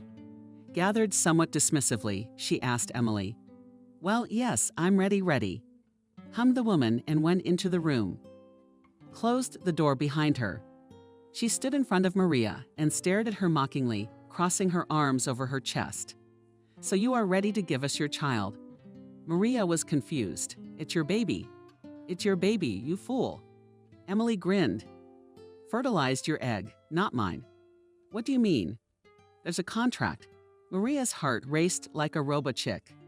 That's exactly the deal, and you're gonna give us the baby anyway. Is that what you want? And I don't believe you. I'm gonna get Maria. I feel like she's about to choke with excitement. Calm down, you'll give birth before your time. Anyway, the case was like this. And Emily told that during the examination it turned out that her eggs are not vital. And it was worth a lot of work to persuade the doctor not to inform Andrew about it. She paid a considerable sum to have the doctor perform all the manipulations on Maria's eggs. At that moment, Emily thought it was the most correct decision. Andrew was on edge. He wanted children. If it didn't go well, he would just leave Natalia. And when your belly started growing, I realized I couldn't lie to the man I loved for the rest of my life, Emily said. I told him everything. And what? Maria looked at the woman with eyes full of horror. He laughed foolishly and called me. He said it didn't matter whose egg was whose. The only thing that matters is that it's our child. And even if you ever found out the truth, he'd hire the best lawyers, and you still wouldn't be allowed near the baby. Laughter. Theatrically, Emily. Yeah, that's what he's like. Why are you telling me this now?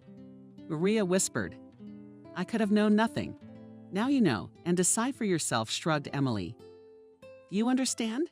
And I realized that I would never love that child. This whole eco thing was my husband's idea. We've lived together for so long and will continue to do so. Why do I need diapers and diapers?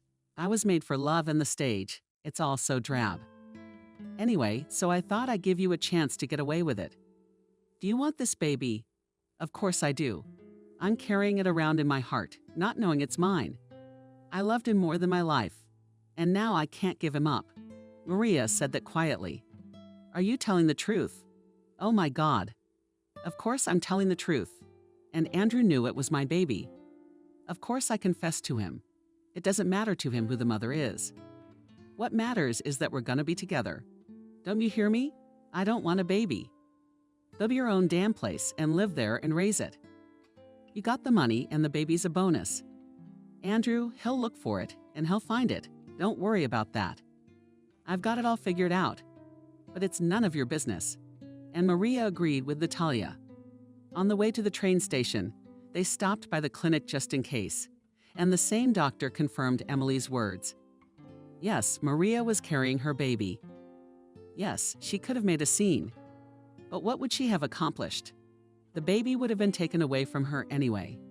And now that she knew the truth, she couldn't just give it away. So she decided to go back to her mother in the village. She was very hurt that Andrew had done that to her.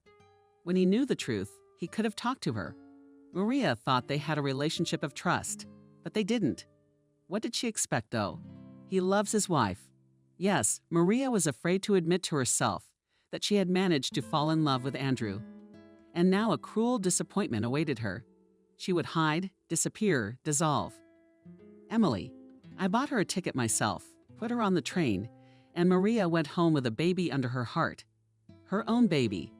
In the village, when they saw Maria with a belly, people were talking, wondering who had given Maria the baby. I guess she'd been twirling her tail in town, so I screwed it up. It's just a matter of life, though. Maria wasn't the first or the last, but at least she had one trailer. Now it's two. But Miranda was more or less healthy at the time.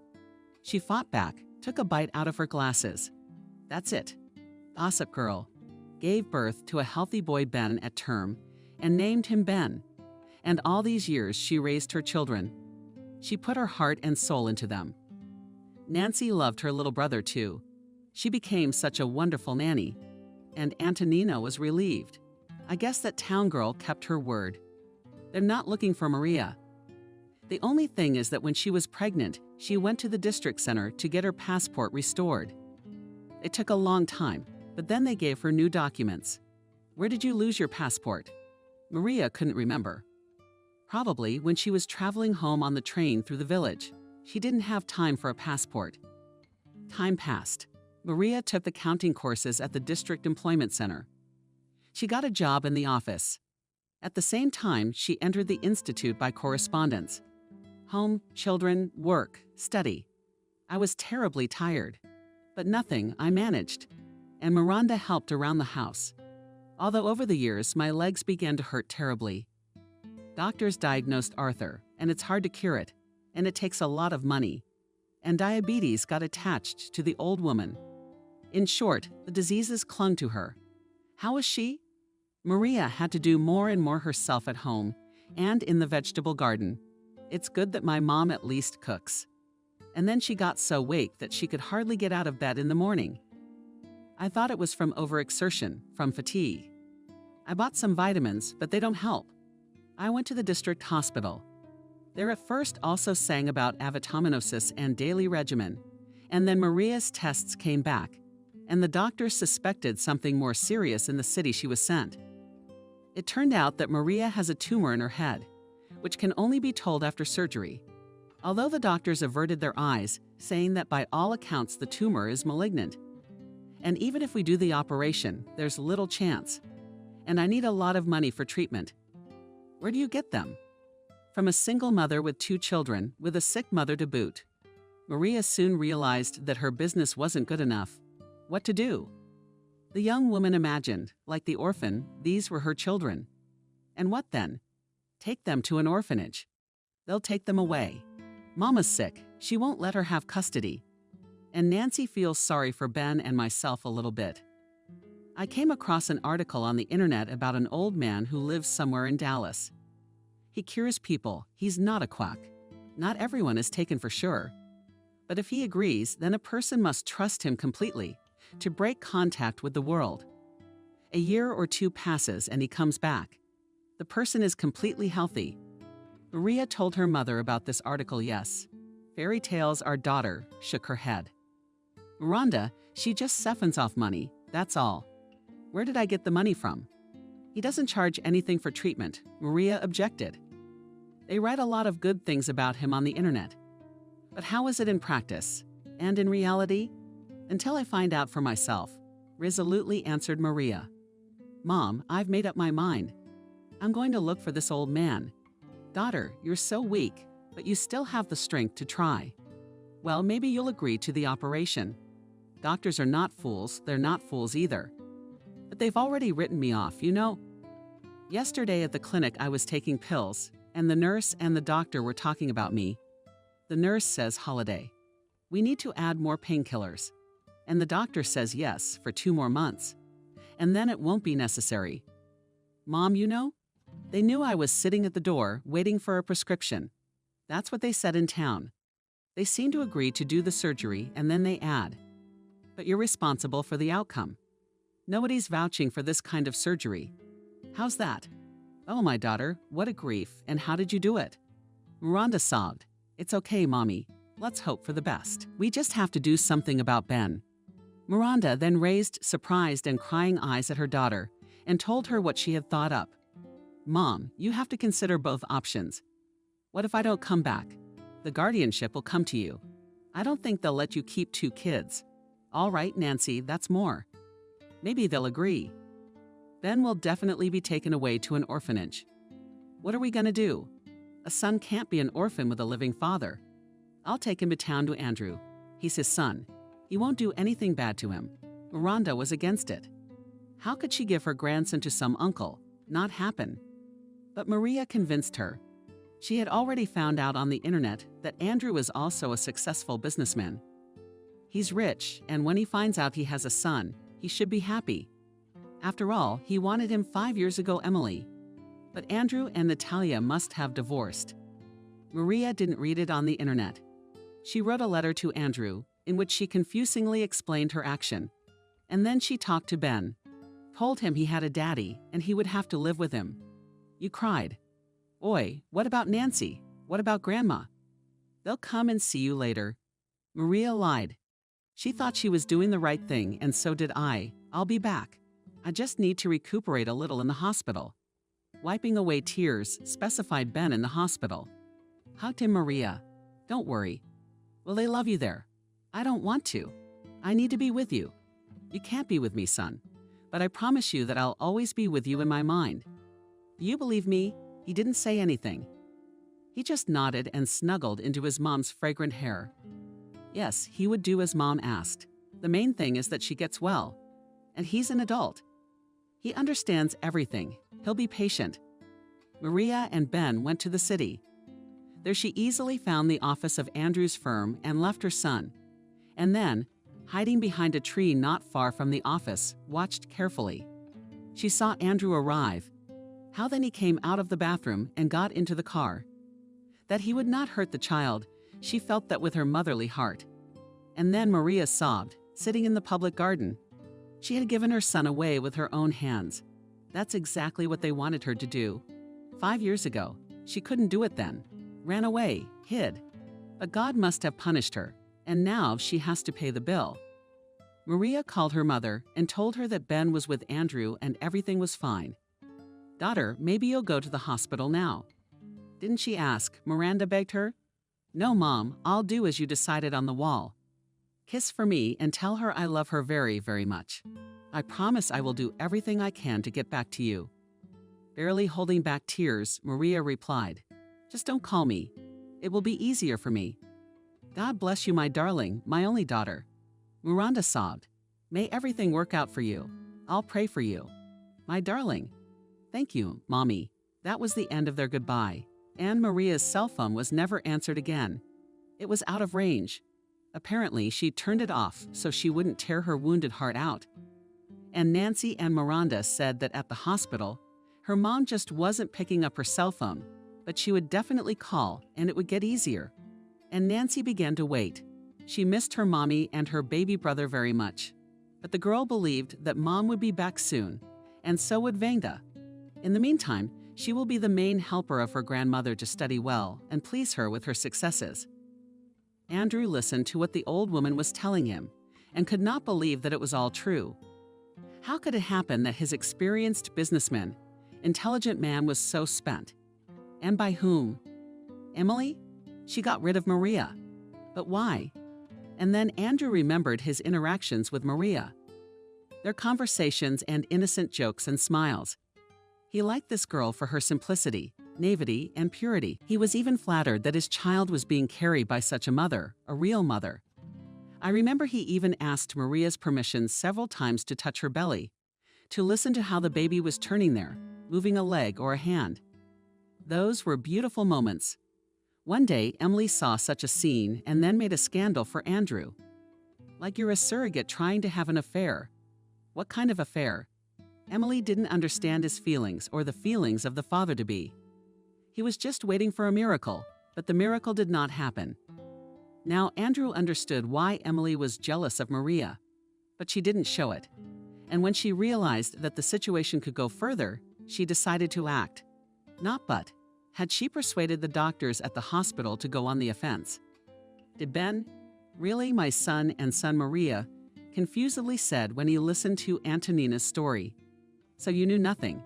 Miranda was surprised already. What do you mean? Your wife deceived Maria, saying that you knew everything. I didn't know anything. If I had known, I would never have taken the child away from the mother, and I would have helped always firmly answered Andrew. I wish Maria had talked to me then, although I realized she wouldn't have been allowed to. My wife came up with a very clever combination. Andrew began to guess that the story with the burnt-out car was not accidental either, and he had yet to find out everything. But that would come later. Tell me, how is Ben? Miranda asked pitifully. My heart bleeds for my grandson. Who did you leave him with? He's with my housekeeper, Svetlana. Don't worry, she's a very nice person. She has children of her own. She knows how to communicate. She'll be fine. I bought him some toys, Lucy's clothes. My cook promised to cook all sorts of goodies. He likes dumplings. I heard Nancy's voice. The girl was standing at the door and, as it turned out, was eavesdropping. Nancy awed at the she. Tonya, why are you hanging your ears? But Ben's my brother. I should know. Nancy threw her head down. I'm worried too. Andrew turned to the girl and smiled confusedly. So this is the little girl he helped 5 years ago. What a sweet little girl. How nice that everything worked out for her then. Don't worry. Andrew waved his hand at her. Come join us. It's not like we're strangers now. We should work things out together. Work what out? Careful, the girl asked. How can we help our mother? She's used to solving everything on her own. That's the way her life has turned out. She shouldn't have trusted me, but that's all right. We'll find her and help her. Nancy nodded confidently. The girl had been guessing for the last few days that her mother hadn't gone to the hospital. Something else. And then on the internet found her correspondence with some people who wrote to her elders, explaining how to find him. Nancy told Andrew about it because she saw he was a good man, and Ben looked so much like him. Will you show me this correspondence? Asked Andrew. Okay, nodded the girl. It's all written there. We have to help. We'll figure it out, Andrew promised. And a couple hours later, he left back to town. Said he'd bring Ben back soon. Or should he? He suddenly came to his senses. It's hard enough as it is. What are you? Miranda exclaimed, walking him to the gate. I only now realized what a foolish thing I'd done when I agreed to go with Maria. We'll manage together somehow. And don't worry about the guardianship.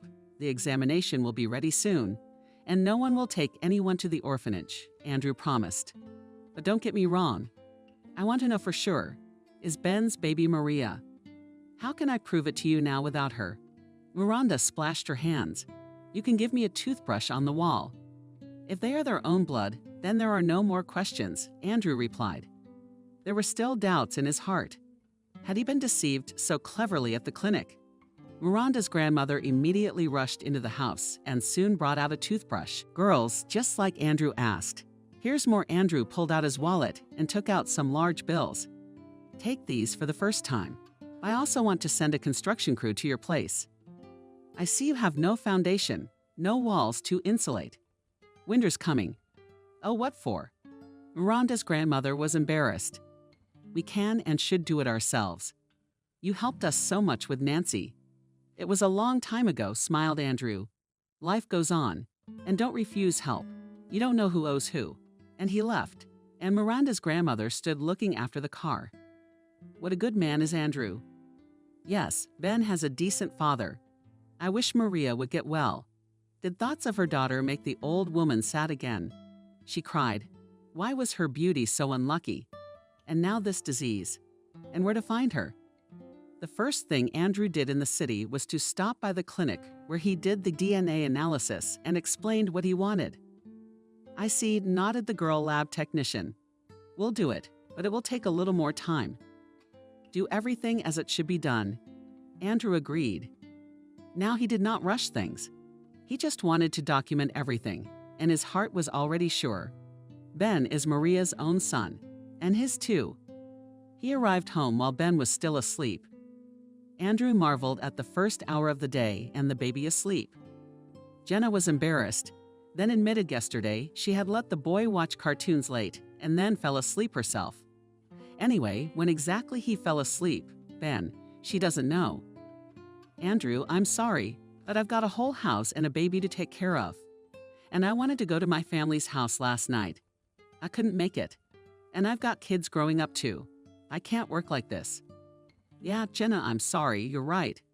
I've been putting too much pressure on you, Andrew agreed. I'll get a babysitter today, but it won't be for long. Soon I'll take Ben back to grandma's. Yes, Jenna. Well, there you go. Turns out I have a son, and he has a grandmother, a sister, and a mom. Only mom still had to be found. Having said that, Andrew went to his room to change his clothes. He had to go to the office. No time to rest, and Jenna remained standing there with her mouth open. The landlord seemed to be in trouble. Who is she? Ben's mom. What's the point of guessing?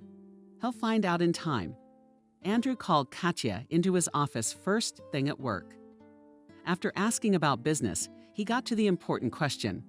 Kate, you have a child, don't you? Yes, a daughter. A little tense, Kate.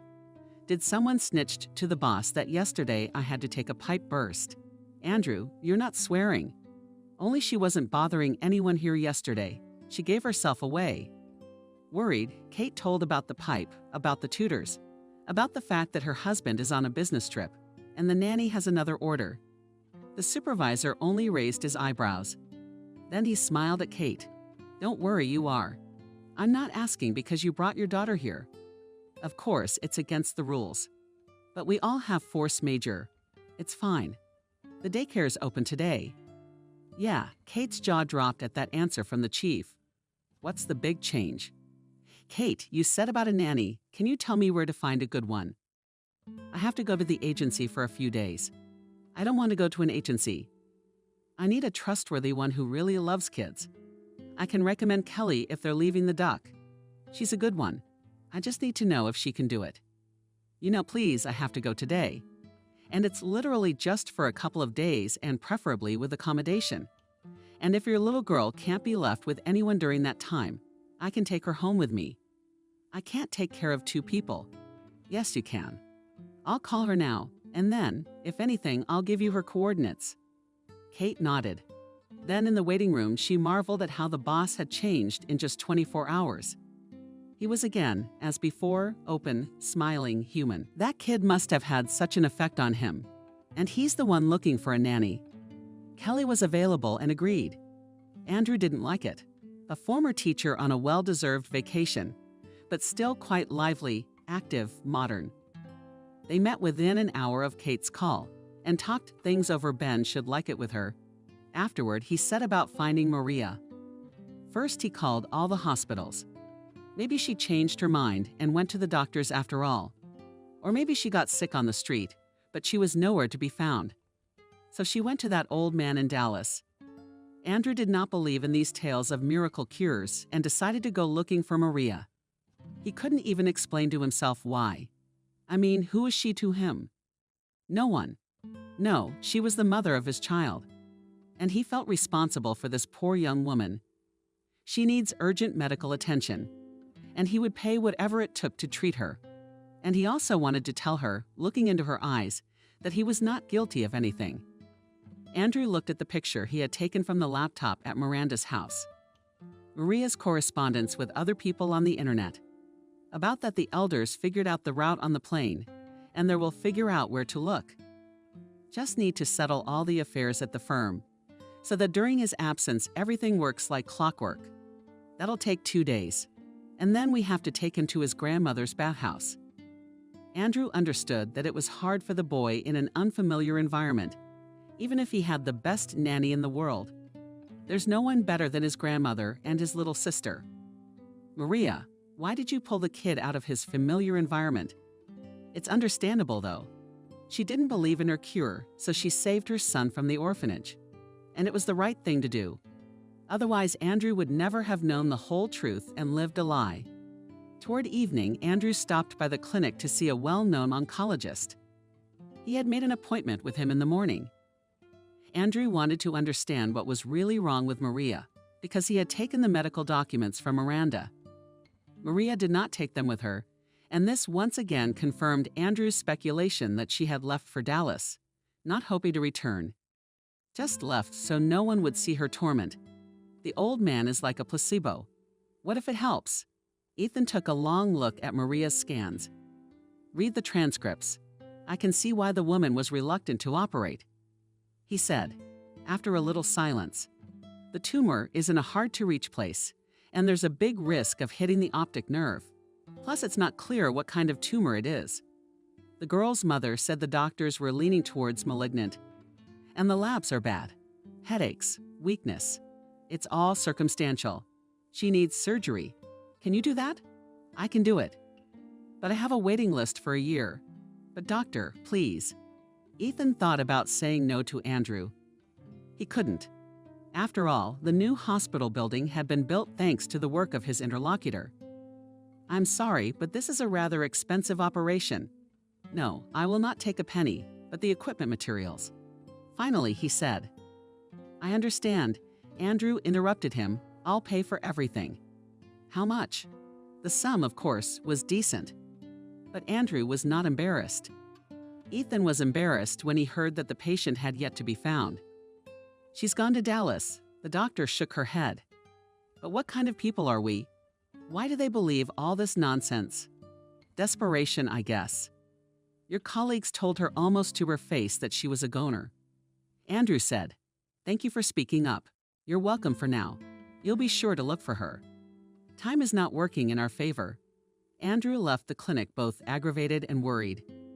Yes, Maria can still be helped, but how do we find her? And that's when he decided to change his plans. He's taking the first flight to Dallas. Ben would have to live in his house without his grandmother and Nancy. Kelly watches him. Whatever Andrew says, Andrew pays her. And the business, it's working just fine as it is. He can manage without him. At night, he puts Ben to bed, and Andrew kisses him gently on the top of his head. God, how wonderful is it to have a son. And in the morning, he flew to Dallas and made all the necessary arrangements at work. On top of that, Andrew remembered to tell and pay for a construction crew to renovate Miranda's house. He promised. In the meantime, Emily was returning from vacation. The woman was a little disappointed with the trip. She had expected more from her new lover. He promised luxurious apartments, romantic walks on a yacht. Emily dreamed of not living on the seashore. You bet, because her next lover introduced himself to her in New York. Not just anyone, but an Arab sheikh. He came up to her after the performance and gave her a mind-blowing bouquet. So in love looked at her that Natalia just drowned in the black pool of his eyes. So she did the math. How much is his wristwatch worth? Everything in New York was great, the restaurants and the bed. Then Ahmed left, but he promised to send her a ticket to the Arab Emirates soon. He wanted to introduce Emily to his country, to his family. And he made some pretty transparent hints. I was proposing marriage, and when the email came with the plane ticket, Emily rejoiced. Fate had once again turned its beaming face on her. Things had been a little bleak lately. There were fewer and fewer roles, and the money Andrew had left her was almost gone. Where had she spent it? Yes, on a young Alfonso who dumped her not so long ago. And then Ahmed. Yes, she still had everything ahead of her. What with all these soap operas and hackneyed shows? She's about to hit Hollywood. Ahmed's gonna help her. Well, on arrival in the Arab Emirates, everything was not so rosy. Ahmed didn't meet her at the airport. He sent a cab. She drove to the hotel, where Ahmed had rented a room for her. And it was far from 5 stars. Emily was in a state of mild shock. She waited for an explanation. It's okay. She's a star, a goddess. And he put her in some shack. Ahmed arrived in the evening and without unnecessary formalities, said that Emily would be his third wife. Now they will go to meet his family. Emily raised an uproar, but a blow to the solar plexus clearly tempered her ardor. Ahmed grabbed her like a sack of potatoes and dragged her out of the hotel. No one prevented him, although Emily tried to shout for help. Everyone around her pretended not to notice. Ahmed brought her to an ordinary 3-room apartment, where in one lived his 2 wives, in another 4 children, and in the third was his bedroom. That's when Emily realized that Ahmed is not a sheikh, but an ordinary office worker. He needed a third wife because the other 2 could not cope with the household. 4 children, and one of them is pregnant again. In broken Russian, Ahmed explained to Natalia that her duties would include washing dishes, laundry, cleaning, and sometimes sleep with him. Although you are old, he said with a chuckle, but once a month I'll let you be with me. Emily's indignation was unbounded. How so?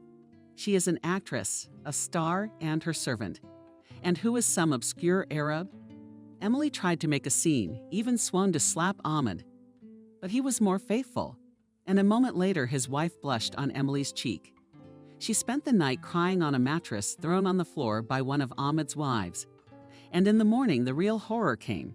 Ahmed left for work, locking the door behind him. 4 kids, 10 to 2 years old, all the while yelling, jumping, laughing, sometimes crying. Ahmed's wives were minding their own business, not caring about raising the children, but Sim, the pregnant women, apparently deciding to be a little Makarenko or some other great pedagogue, sat the worker down and began to draw with them. And before that she brought and put a full basin of dirty clothes in front of Natalia, explaining with gestures that she should go to the bathroom and wash them. Yesterday's actress, who became in an instant the third wife, was in shock. Wanted to send this nasty woman, but realized that not only Ahmed can dissolve hands, and there are 2 of them here. She went to the bathroom to look for the washing machine. She was disappointed. There was no machine. She had to do the laundry by hand. Emily couldn't take it anymore. As she screamed angrily, grabbing a mop, the whole neighborhood must have heard. The wives must have gotten tired of her screaming. Then one of them took a key out of her pocket and opened the door. Emily realized she was being chased out, and that was salvation. But how do you find an embassy in a country when you are there for the first time, and without money, documents, and phone? For a few days, Emily hobbled around to earn at least some money for food, helped washing dishes in some diner, and slept there. And then she went to the beach. That's where she met the drink peddler. He understood a little bit. He was a nice guy. He helped her get to the embassy. And now, finally, Emily's home in the Emirates. She won't tell anyone about it. It's just the way it was. And if they ask, she'll say she just didn't like Ahmed. Not her bird of preference. Already at home. Emily wondered how she was going to live her life. The money had run out.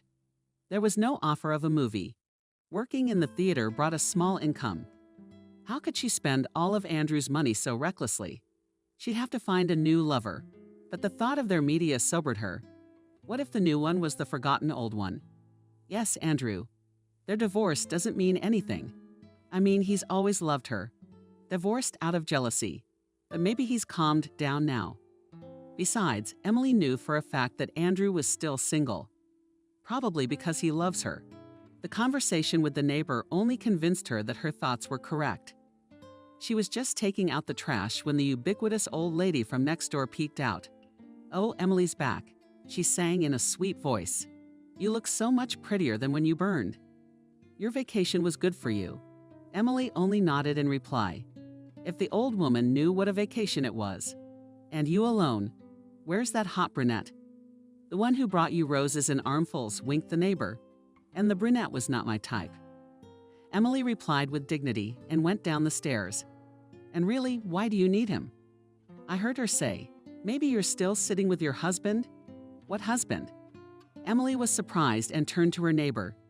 She certainly never reported about her marital status. "Yes, he came to you, looking for you.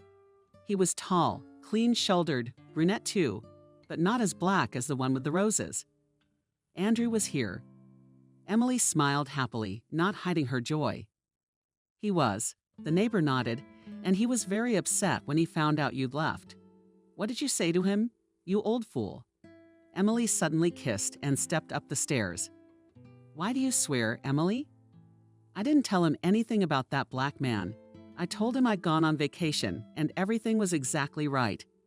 The neighbor even crossed herself and slammed the door. Emily exhaled. It is good that Andrew does not know anything about Ahmed. It would be easier to establish a relationship with him. All evening, Emily had been practicing her speech in front of Andrew, even practicing in front of the mirror. Yes, it was a very convincing portrayal of remorse. Yes, she cheated, but she realized it. And if Andrew allows to give her a second chance, then in their lives they will have a real fairy tale. She wants a baby. Yes, please. She still can, because no one can cancel. Emily had thought about the baby, of course. It was the last thing on her mind, just in case. And then she'd deal with the circumstances. Sprinkle ashes on her head in the morning. She dialed Andrew's number, and then she was disappointed. Andrew was unavailable for lunch. He appeared to be online. But as soon as Emily dialed, he was out of the area again and wherever he was. Emily decided to drive to his house at the same time and see how it was without her at the mansion. When the guard saw her at the entrance, he was speechless. Emily, alas. He muttered suddenly and smiled coquettishly at Emily. "Andrew's at home." "No, he's out of town." "Oh, so I'll wait for him." She answered and walked past the guard, squeezing his shoulder. The huge man did not take any action. And who knows? Maybe they had already made up. There was no instruction to keep Natalia out, was there? Emily walked along the path to the house, noting that nothing much had changed here. It was still beautiful, solid, rich. So she wanted to live here again. No one answered the door for a long time. Finally, the door opened, and Emily saw an old woman with a boy of about 5 years old. "Who are you?" Emily wondered. "I'm not Kelly." The woman answered. "Who are you?" I'm Andrew's wife. Dropping her head, answered Emily and also pushed back with her shoulder, did not pass into the house. I don't understand what boy whose. And I realized that it is Andrew's son, calmly answered Kelly. And if you are the wife, why do you know? What business is it of yours? Emily replied, confused, and stared at the baby. A son. From where? I don't know. I'm sorry. Let me see some ID. Why would I do that? Emily exclaimed. Who the hell are you? Jenna came out, followed by Lucy. Oh my God, Emily. The cook gasped. What are you doing here? Andrew invited me. Emily lied without remorse. And a few days ago, I could only now come. Where is he? Jenna answered on Dallas. I went. He said something. Anyway, I'll stay here until my room is free, hopefully. And to the tacit approval of the servants. She went into their former bedroom with Andrew. Emily's decided to go for the high road. She's gonna be at Andrew's feet. But you beg his forgiveness. Just a boy. Who's the kid? Where from? A terrible hunch pierced Natalia, but she decided not to act yet. She'd find out everything carefully. The boy seems to be alone. His mom's presence in the house is definitely not. At the first opportunity, Emily literally dragged Svetlana into the room. So tell me, what kind of child? She asked the maid. I do not know. She shrugged her shoulders. Jenna. Name's Ben, and he's 5 years old. What's mom's name? Maria?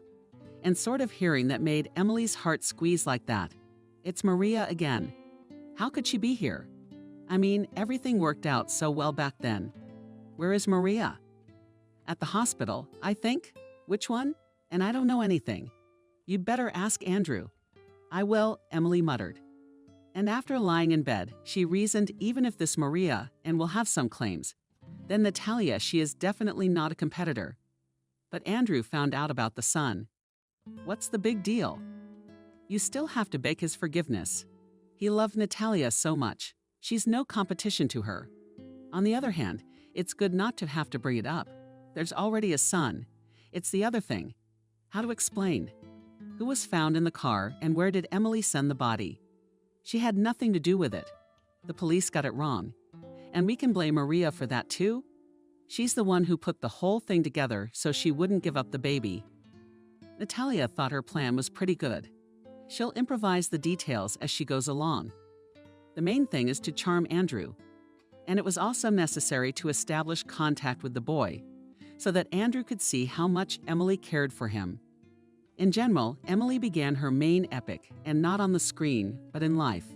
And she must play it well. At stake is her further trouble-free existence. Except in what clinic no one knew, maybe she'll die. Well, that's just to Emily's advantage. Maria was standing in the vestibule. Now her stop would be the little station in front of Dallas. The train had been standing for 1 minute. The conductors looked anxiously at the pale as death passenger. Are you all right? Shouldn't we call an ambulance to the station? She asked Maria. No, I'm fine. Rubbing her temples, the girl replied. You'll feel better in the fresh air. I get like this. Do you get seasick? The conductor sighed sympathetically. That's a scourge of my son was so youngest and in the bus, and in the train. But it passed with age, and you never. Nodded Maria. Let the conductor better think it was seasickness. And I wanted to sympathize, and the look became pitying. Here pity I definitely do not need. The train stopped, and Maria went down with difficulty. The conductor held her down. Maybe an ambulance? She asked again. I should be met. Maria even tried to smile. Don't worry, you're doing so well. Exactly. But good luck to you do not get sick, replied the conductor already from the car, and waved Maria hand. Thank you, and all the best to you. Quietly answered the girl and waved back weakly. The train slowly floated away. Maria took a breath of air and turned around. An elderly man with a gray beard in a light shirt and light pants was walking towards her. You, Maria? Deaf? He asked. Yes, Maria answered quietly. She felt better in the fresh air and was able to get a better look at the stranger. Could it be the old man? He had answered her when she looked for a way to him, promised to meet him. Yes, it was he. "Are you Christopher?" she asked timidly. Christopher confirmed the old man, "Let's go." We have a long way to go, and he, picking up Maria's light traveling bag, strode forward, and the girl hurried after him. She could not walk fast. Her legs felt like absorbent cotton. The old man soon noticed it and spared her the trouble. "I see you shook your head weakly and long ago. You've been on the road for a long time, and you're not feeling well. I'll make you feel better," Christopher promised. And he seemed to promise good things. But his tone gave Maria goosebumps. She stopped for a second. Where had she come to? Why had she rushed for the life-saving straws? Maybe she should have gone to the hospital after all. Christopher noticed the girl's confusion. "What are you doing?" He was surprised. "Are you afraid of me, or what?" "A little bit," Maria admitted. "It is I look so formidable," laughed the old man. "Don't be afraid of anything. You'll like it at my place. If I'm going to help you, I'll help you. Tell me, how many from you?" "Well, it's a bit confusing. They go back. Everybody goes back," the old man chuckled. "I feel who my power can help. I send them back immediately, but I'll help you." "Thank you," gratefully whispered Maria. They reached the old car. The old man opened the door and nodded, "Get in." Maria inside did not shrink, realizing that a new attack of Badu and will make you wait. "Don't be afraid, it doesn't rock." Understandably nodded Christopher. "Here, drink my father." And he handed her a small plastic bottle with brown liquid. Maria twisted the cap. The liquid smelled of honey and something different. Cautiously, she tasted it, smiled deliciously. "Drink it." The old man laughed. "This is a medicine from Mother Nature." And Maria dared to take a sip, and everything swam before her eyes. She couldn't remember anything else. She woke up in a barn on a pile of straw. The moon peeked through the expensive roof. Behind the wall, some night bird screamed. Maria sat up sharply. She felt dizzy and already habitually nauseous. Where is she? What happened? Maria remembered the old man at the station machine bottle created. The old man had interfered with something. Jesus, where did she go? And more importantly, to whom? There's someone at the opposite wall. She's awake. I heard a hoarse female voice. Who is here? Maria whispered in fear. Wendy, what's your name? Maria also came to be treated. The voice grinned. Yes, what a fool. The woman stood up and walked over to Maria. Sat down next to her. The girl could see her in the moonlight. She was about 40 years old. Long blonde hair, big eyes, painfully thin. Wendy was wearing a white hoodie. Maria lowered her eyes and realized she was wearing the exact same clothes. I don't understand what's going on. She whispered and got the wrong place. I was told that Christopher cures, cold cures. So again, Wendy grinned. With fear and labor therapy. How's that? You'll find out in the morning.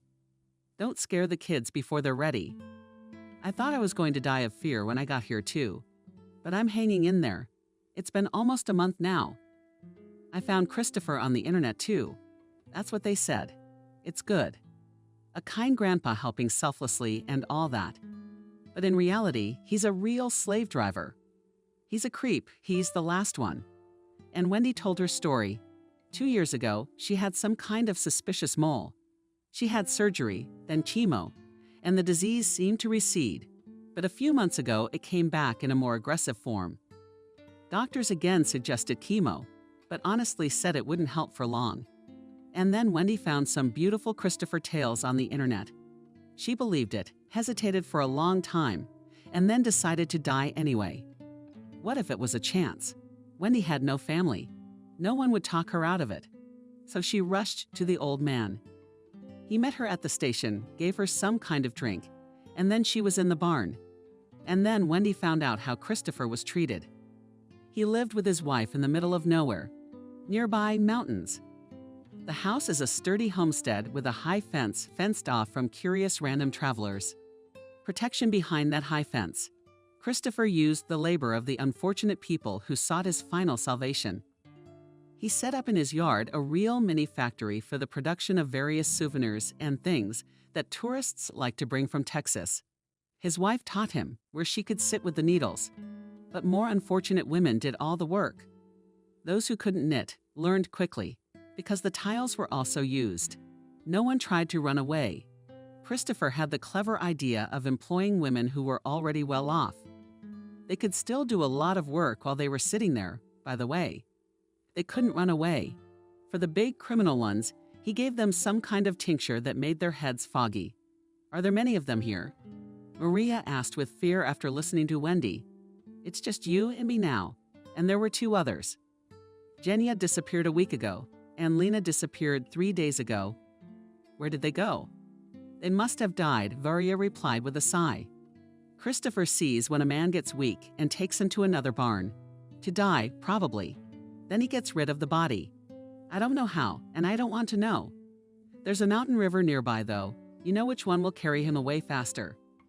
It turns around, throws the bones on the rocks. No one will find them. Or bury them in the taiga. My God, how many people died here? Maria? I don't know. I'll tell you one thing, he's been living here for 5 years. Camille, his wife, mentioned it once. Christopher Camille is exactly what you make up to be important. That's all. Maria cried. She was so scared. What was she going to do now? What had she done?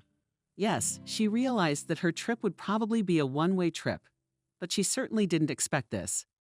Maria remembered Nancy Ben's mom and was so bitter she cried even more bitterly. Not sobbing. Wendy stroked her shoulder. After all, we're the ones who came here. And they don't mock you like that with a whip sometimes. When you work badly from these words, Maria's hair on her head started to stand on end. So she came to the good old man for treatment. No, I don't understand. But why has no one yet found out what this Christopher is doing? Wiping her tears, Maria said, After all, people disappear. Who will prove that they were here? Sighed Varia. There are no witnesses, as you understand. Well, a man went to Dallas. A sick man will die soon enough. Maybe he didn't make it. So he's reported missing, and you're talking about it so calmly. Aren't you scared?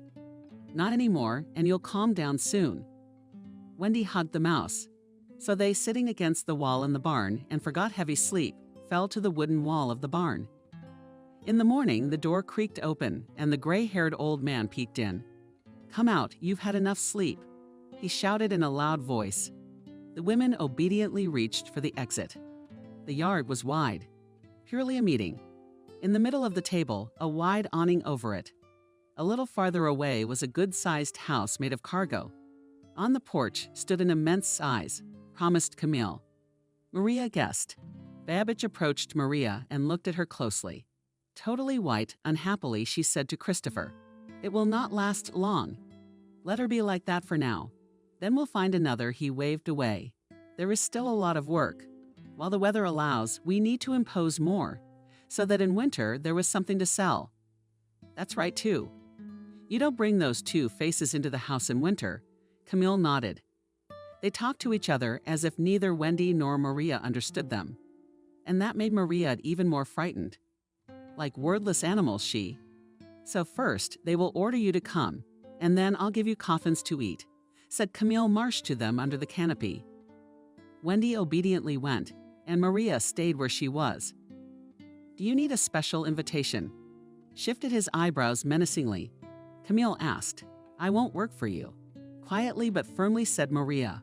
Maria, why are you looking around? Scared, Wendy? Come on, it'll be worse. Did you hear what your friend says? Christopher grinned. And ideas. Or I'll fly you, I will not go. Dropping her head, answered Maria.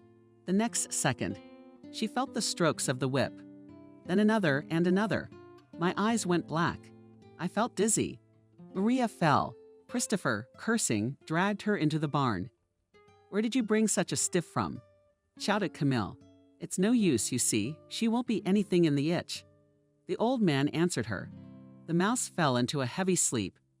She did not hear Christopher start his car and drove away. Camille walked around the yard. Everybody was howling at Wendy, and the river and the tall cedars rumbled nearby. At this time, at a small station, a passerby at Andrew's place.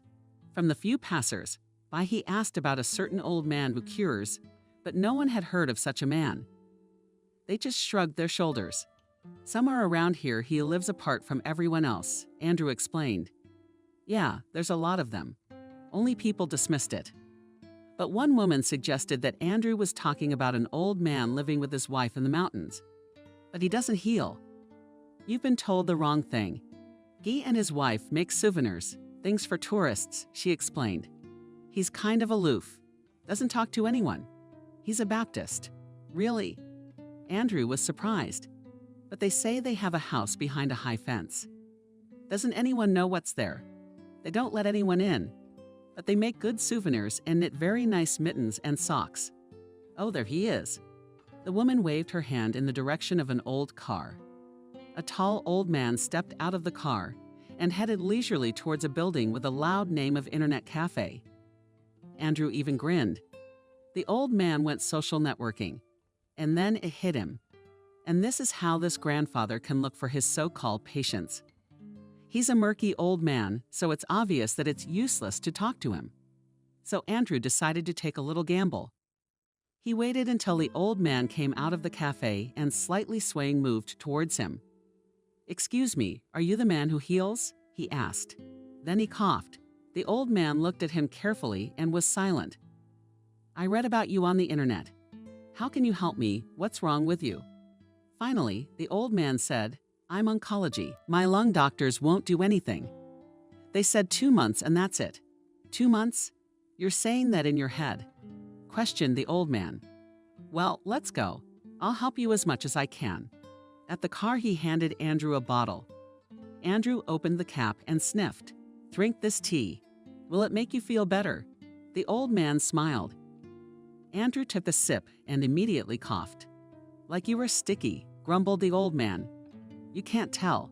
He gently pushed Andrew into the seat and he fell into the cabin. Already lying on the seat, Andrew spat out the liquid he had not swallowed. Then he looked carefully out the window, opened one eye slightly, followed the route. The old man did not even turn around. Why his decoction? It works without fail. They drove for a long time. Finally, some house made of clay. A woman's voice. The old man was explaining something. Then the woman approvingly. "Aha," poked. Peeked into the parlor. "What's he like?" "That's right. We've got a new well to dig. He should be able to do it. He's huge, and you can't tell he's cancer. He's definitely sick. The hell he is. I'm gonna give him my potion just in case." "Just not in such a concentration that he can't think anything," Christopher replied. The two of them dragged Andrew into the barn. They laughed on the way, saying, "Let the house rest with jars. It will be more fun for them." "The new girl has taken up her mind," asked Christopher. "No, you shouldn't have brought her." "It's all right. I'll bring her up tomorrow. She'll start working like a sweetheart." They threw Andrew in the corner, the sheds, and left. Andrew lay down for a while and opened his eyes. It was already dark in the barn. The first stars were streaking through the holy roof.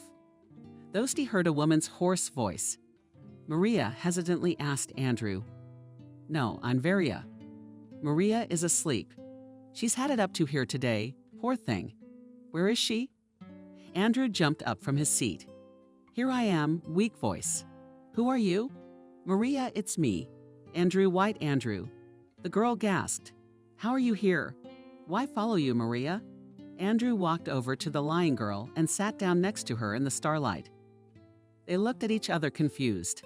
"How did you find me?" Maria whispered. And then she realized, "What about Ben?" "What about him?" "I left him for you. Don't worry, he and his nanny are very good women." "But I don't understand how you got here." "Oh, it's a whole story." And Andrew told Maria how he traveled to her village, how he talked to Nancy Miranda, how he looked for her. "Maria, I suspected right away that you'd gotten mixed up with some charlatan. So I came looking for you. It's not even a charlatan. A slave owner." Maria answered him quietly, a monster of some kind, and she briefly explained what was going on here. "But I'll have them tomorrow," Andrew replied. And some tomatoes lightly hugged Maria by the shoulders. "You must be cold." "There is a little. Thank you. I'm the one who should thank you for my son." "Maria, I didn't know anything at the time." "Emily, you were lied to." "Really, you didn't know?" Maria's voice trembled and she shook all over. "Really? Jesus, I'm freezing, Maria. Stop baking for me." "We have a son." Maria did not answer him anything, just ducked into his shoulder. Everything that was happening seemed to her like a dream. She is now next to someone whom she had never dared to think about before, and he's sitting there with his arms around her, and it seems that all the bad things in her life are gone. In the morning, the door creaks open and Christopher peeks into the barn. "You can hear me," he shouted, and immediately received a powerful blow to the jaw. It was Andrew guarding him against the wall. "And you rest now," he said, and then twisted the old man, tied him up with the rope, which just so happened to be on the wall in the barn. Camille came running to the noise. Andrew had a little trouble with her. You shouldn't hit her. Women after all. But soon the wife was by her husband's side. Andrew walked across the yard, looked around, ignoring the shouts and screams of the bound owners. In the house, he found his briefcase with his papers and his cell phone. Except the phones were no use here. Cell service wasn't picking up. Maria and Wendy's IDs were there too, along with a dozen other passports. All women. Andrew felt goosebumps running up and down his body. Ghouls took advantage of the helplessness of sick people and squeezed the last juices out of them. You should get a life sentence for that. "Okay, girls," he commanded Wendy and Maria. "Let's go to the nearest police station. We'll turn these bastards in, file a report on them. Let them find out what they've been up to." "You're leaving," Varia whispered. "And I'm staying." "Varia, what are you doing?" Surprised Maria. "It's not good. I'm very afraid I won't make it. And where would you fit in there?" "You and Maria are two ahead." "In the same place." Andrew answered her. "You need to go to the hospital, Wendy." He convinced Wendy. They put the criminals in the back seat. The three of them got in the front and drove off, leaving the horrible yard in the past. True, at first they listened to the screams of cursing pleas of Serafima and Christopher. But Andrew promised to shut their mouths. Then they were silent. At the same station was the office of the district officer. Andrew took Serafima and Christopher there. It took him a long time to believe that what he'd heard was true. But Varia and Maria confirmed the tile marks on Maria's body spoke for themselves. Then Wendy became very bad, and the ambulance came to take her away. She said goodbye to Maria, probably not to see her again.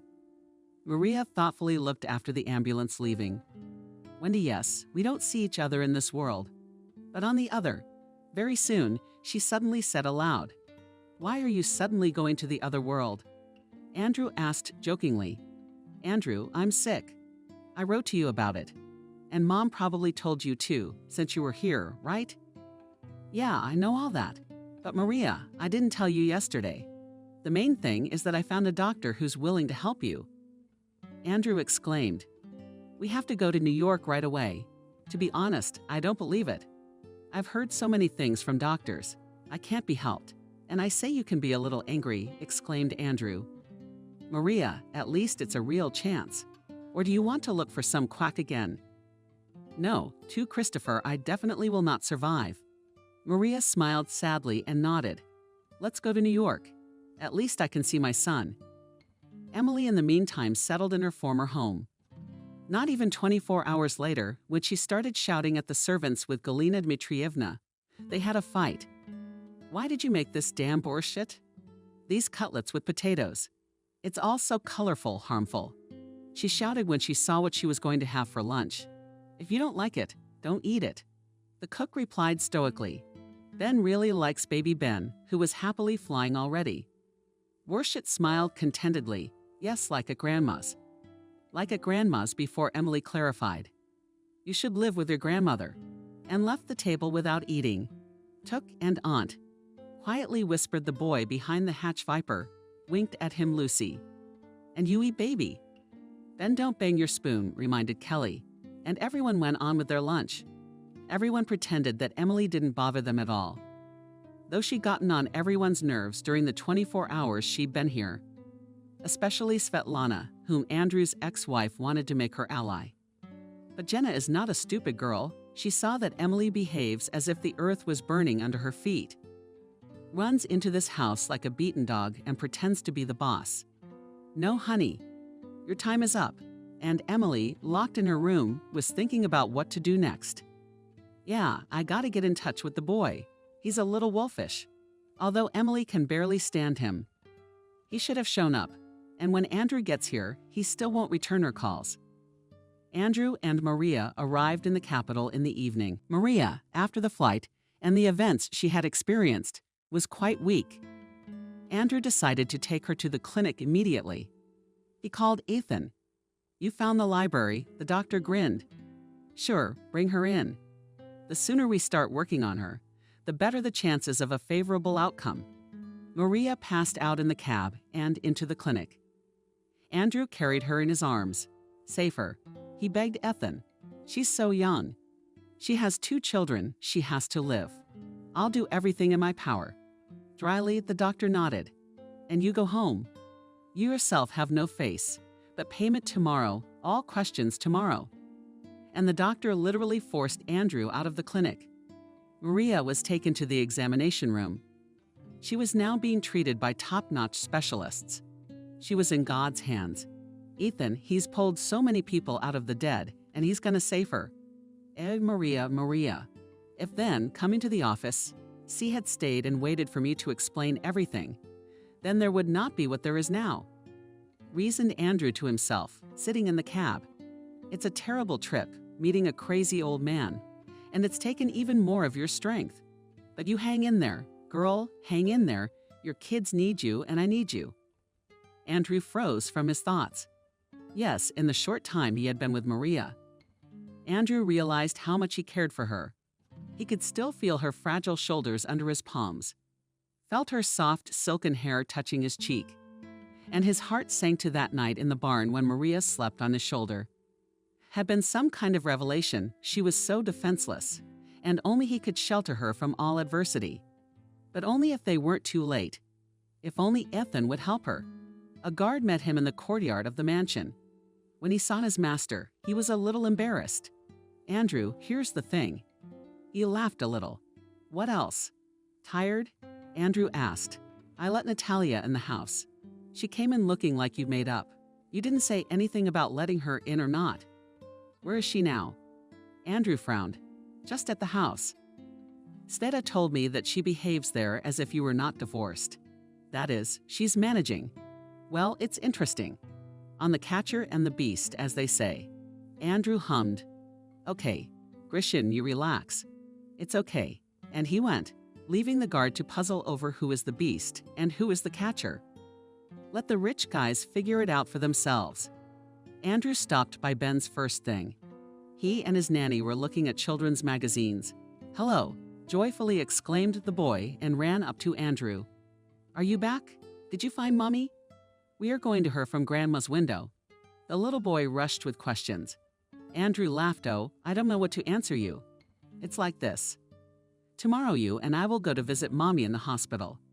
And then I'll take you to see Grandma Tanya and Nancy. I miss them, the boy confided. I miss Mommy the most, but you're my good boy.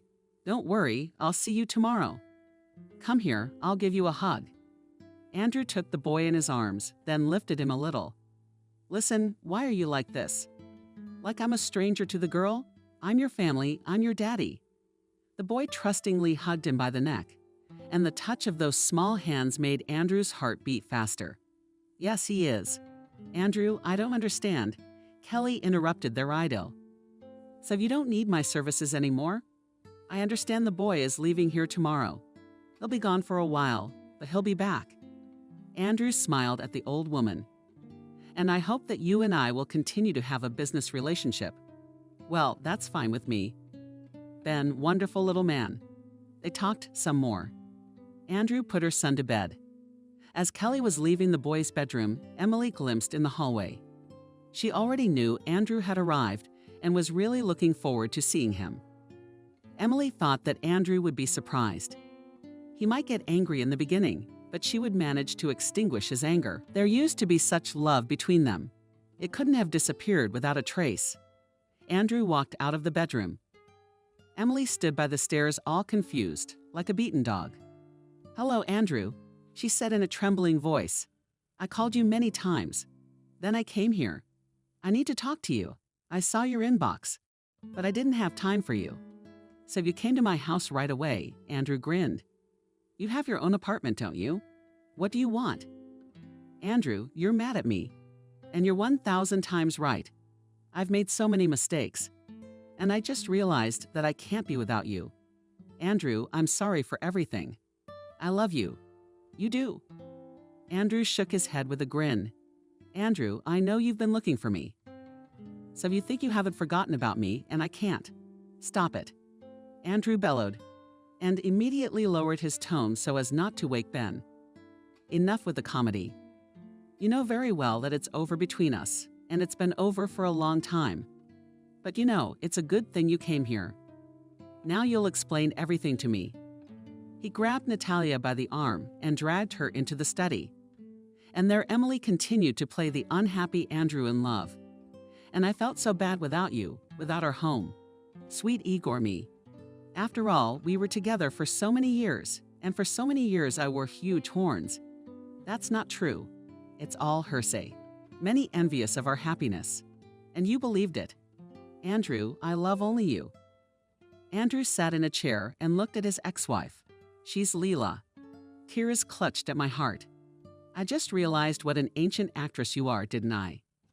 He said. And how did I not notice it before? Okay, I'm satisfied. Now I'm waiting for you to explain. How did it happen that Maria was alive? You were the one who delivered her body. Maria frowned. Emily, the one. That's what I did. Then she paid the people from the ritual. They took her back to her home village. Is it my fault I made a mistake in identifying her? You remember what was left of the body, don't you? Yeah, it's a strange story. It turns out she's alive. And this boy is in your house. So that's our son, Andrew. So she's a criminal, and she should be tried. Not only did she break contracts 5 years ago, run off with our kid, but she framed some other poor girl. Maybe she nailed her and set the car on fire. And now she shows up at your house, and she wants something from you. Andrew, we need to call the police right now. She's a criminal. I'll call the police first. I wanted to hear the truth, not the fairy tale you're trying to tell me. Andrew walked over to his ex-wife and grabbed her arm. Or are you telling me everything? And then I let you go. Or I call the police, file a report, and let them handle it. I'll be in charge of the investigation from now on. And I assure you, you'll go to jail for a long time. But it's not my fault. Emily said pitifully. It's not. To begin with, you bribed the doctors to plant the embryo. Emily's face changed. She hissed and said calmly in the back of her head, Of course you did. What else could I do? Doctors rejected all my eggs. And here's this fool who agrees to anything to save her back. And everything was going so well until you started looking into it. I saw the way you looked at her. I had to get rid of her. And I told her the truth. I knew she couldn't give up her baby. And that was the right calculation. That's where the woman's corpse in the car came from. Emily sighed heavily, thinking, pacing the room, thinking about something. Then she stopped and looked at Andrew with hatred. How much do I hate you? She said quietly. You're finally telling the truth. I love you, I love you. Andrew said sarcastically. You've been saying all your life child is a child. Not paying attention to his tone, continued Emily. She had already spoken and spoken, and there was no stopping her anger. The baby was spilling out of her. What do I need that snotty puppy for? Especially from another woman. Then I put her on the train. I was able to steal her passport after checking her documents. That fool went away happy. What about her belly button now? I should have acted. You ruined a man. Andrew looked at his ex-wife in horror. Are you out of your mind? Emily laughed nervously. Why would I do that when I have billets? The day before conducting Maria, I found a suitable corpse in one of the morgues. You got hit by a car. The corpse was unclaimed. For a small fee, I managed to do it all. And the cab driver got so much money, he took off to the south somewhere. Then I built the accident. You couldn't have done it on your own. Did you have accomplices? Emily lowered her eyes to admit to her ex-husband that at that time she had an affair with a general from the organs was beyond her strength. The general helped her well, gave her people who arranged everything. He put the case on the brakes. He explained to the investigator what and how to do that unknown woman. I tried to get her buried in the nearest cemetery. That was no problem at all. He was a good man, but he died a year after the whole thing. He had a stroke. It's a shame. Emily cried a little bit then, but then she forgot. So who helped you? Andrew raised his voice. He's no longer alive, Emily admitted. Andrew only shook his head. Here, in fact, he knows everything. He didn't need the details. He'd already guessed something like that, though. Now he knows for sure. There's one thing I don't understand, he said at last. Why did you come to my house now? Aren't you ashamed to look me in the eye? My son. Andrew, I'm willing to kneel for as long as you say. I'm sorry. I've done everything for our love, for my money. You did everything, Andrew answered her sharply. And at the same time, you did not forget to sleep with other men. So get out of my house, and I don't want to see you again within a radius of 5 kilometers. Got it. Andrew, how can you do this? Another tear. Emily, don't get emotional. Think about it. I mean, we used to be good together. Until I found out about your cheating. And do you really think I can forgive you for the Maria thing? You took away 5 years of my son's life. Get out. If you don't leave now, I'll call the police, and I'll definitely file a report on you. I don't have any money. Emily whispered, None at all. What can I do to help? Andrew grinned, and thank God you're out. Go away nicely. I forgive you, but I don't think I will if you come after me or my son or Maria. Maria, so there's something between you two. I'm not mistaken. Emily exclaimed. Evil glared at her, and that's none of your business. And I'm warning you again, don't mess with us anymore. And so Emily left Andrew's mansion that night. Soon Emily sold the apartment and moved away. Where to? Why? No one ever saw her again. Andrew didn't bother to dredge up the past. It was too tedious. I mean, I had to shake down the doctors and deal with the police. Let the past be the past. The next day, Andrew and Ben went to see Maria. She was in a separate room. She'd regained consciousness. She was being prepped for surgery. Despite her weakness, Maria tried to lift herself up on the bed when she saw her son. My son, she said quietly, barely holding back her tears. Mommy, Ben exclaimed. He ran joyfully to the bed and immediately moved his eyebrows like an adult. So, Mommy, you lie down. You need to save your strength. Daddy said you'll need it. Daddy smiled through her tears and hugged her boy. Then she looked furtively at Andrew. He was standing next to her and trying to smile. He believed that everything would work out. Thank you, Maria whispered. I realized that everything in this clinic is very expensive. Don't even think about it. Thank you. Andrew replied and sat down next to her on a chair. Don't worry about anything.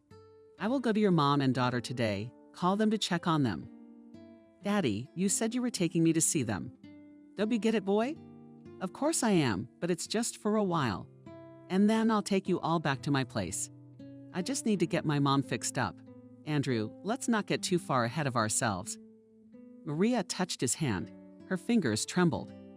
The only thing I want to ask is that if anything, you take care of Ben and Nancy, please. I know I don't have the right to ask, but my little girl, if anything happens to Mommy, has no one in the world. I told you we are all together now. Andrew answered her seriously. And don't think bad thoughts. The doctor said that everything will be fine. Maria only nodded weakly in response.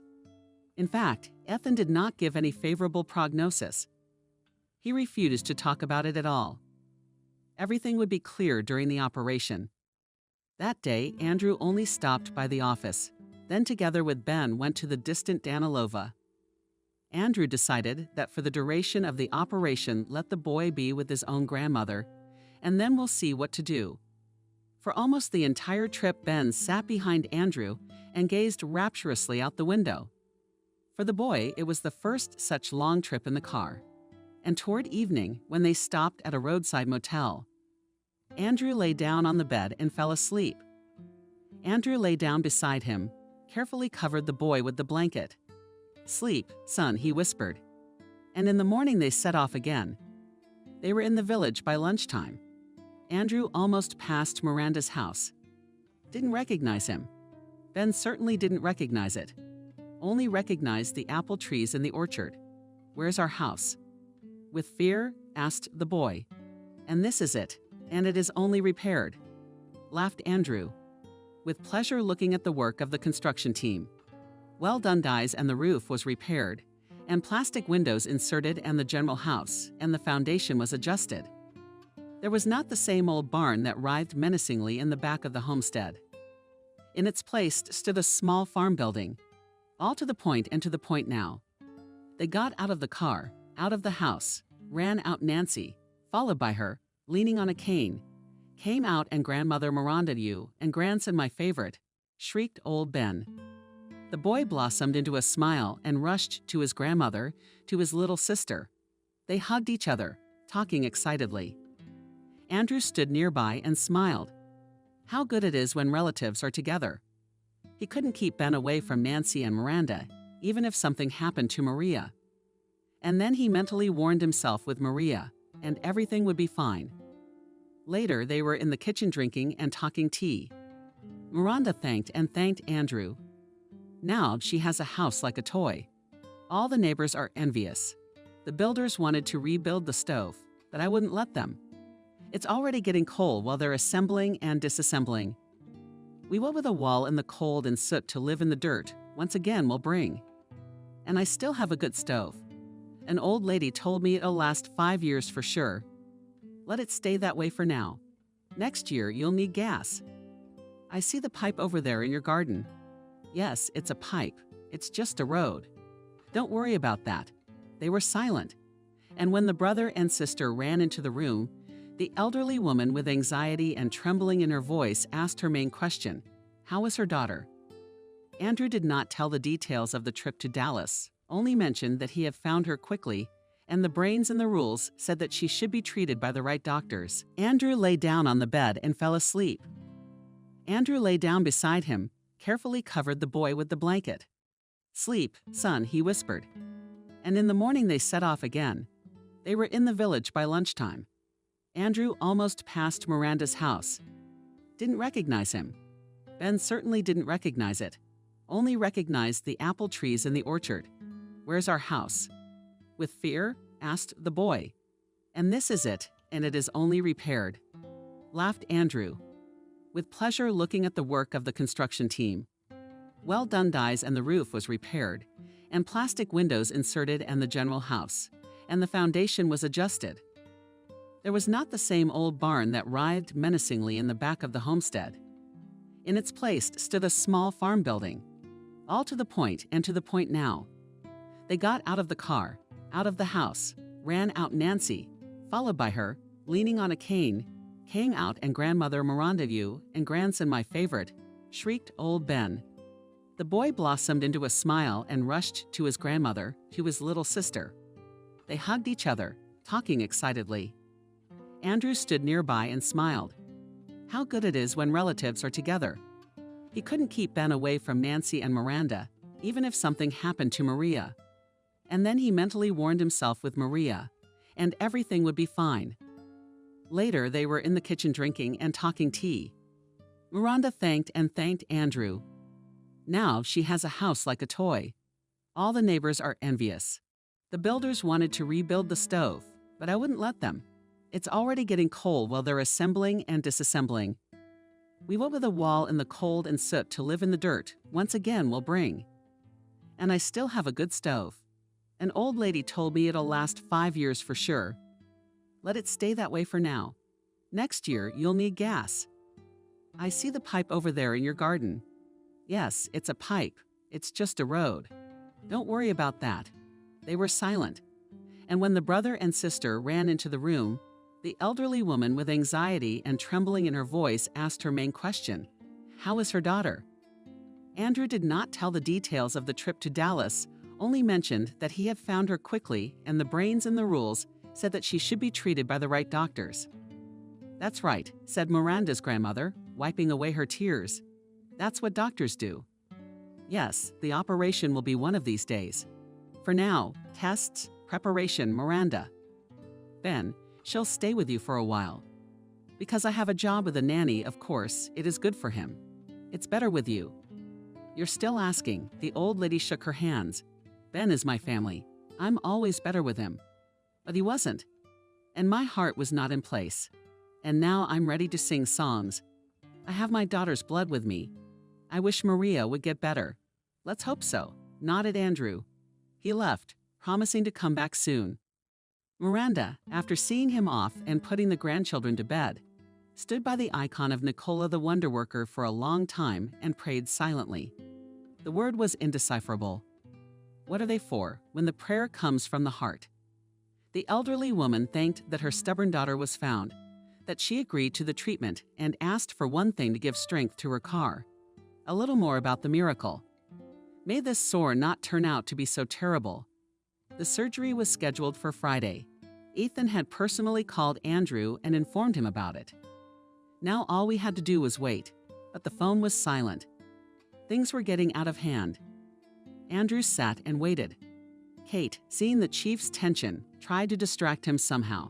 She made tea or coffee. Kate, your coffee will soon come out of my ears. Suddenly, Andrew said in a pitiful voice, Oh, I'm sorry, Arabella Kate.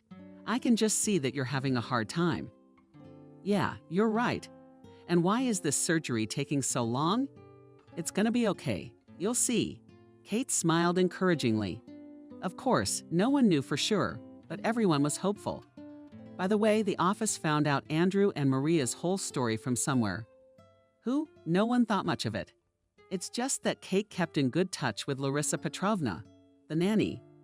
But she told the story, which she witnessed by accident. Did not know the details, but enough of the main thing. Andrew's ex-wife brought her husband, sold a surrogate mother, who turned out to be no surrogate at all. That's how twisted the story turned out to be. The subordinates in the office were really worried about Maria, because it was she and her boy who brought them back a normal boss. Andrew had turned into a robot. Lately, finally the clinic called. Ethan tiredly said that everything went well. The tumor was taken for histology. The first analysis shows its good quality, but we still need to scrutinize it. It's so big, and it would have killed the patient anyway if it hadn't been for this surgery. So what's the fear now? Asked Andrew. Now get ready, young man. I think you have a big change ahead of you, Ethan said with a smile. Andrew thanked him and hung up the phone. Had they really succeeded? Then the phone rang again. It was the genetic testing clinic. We sent you the results of the research to the post office, said a pleasant female voice. You can familiarize yourself. Girl, you can say in your own words, asked Andrew. In principle, he was long ago did not care what the examination would show. And if in your own words, you are the biological father of the boy. The second analysis. The girl and the boy are related to each other. Thank you, thanked Andrew, and then smiled and shrugged. He already knew all that. Christmas was only a couple days away. Finally, Maria was able to leave the clinic. She was still weak, pale, but most importantly healthy. Yes, she had been through a lot, and now only a growing hedgehog on her head. She still had the occasional dizzy spell and nausea. The doctor explained that it's normal. It would all pass. Then Nancy came to meet her. Andrew with a huge bouquet of flowers. They laughed, they hugged Maria, and they were all family now. Not long ago, Andrew had moved the children and Miranda into the city. Nancy now went to a prestigious high school. Ben is in daycare. Miranda is having her joints treated by big-name doctors. They're all living together in Andrew's mansion, waiting for Maria to be discharged. Mommy, we put up such a beautiful Christmas tree. Ben was giddy with excitement. It's so huge.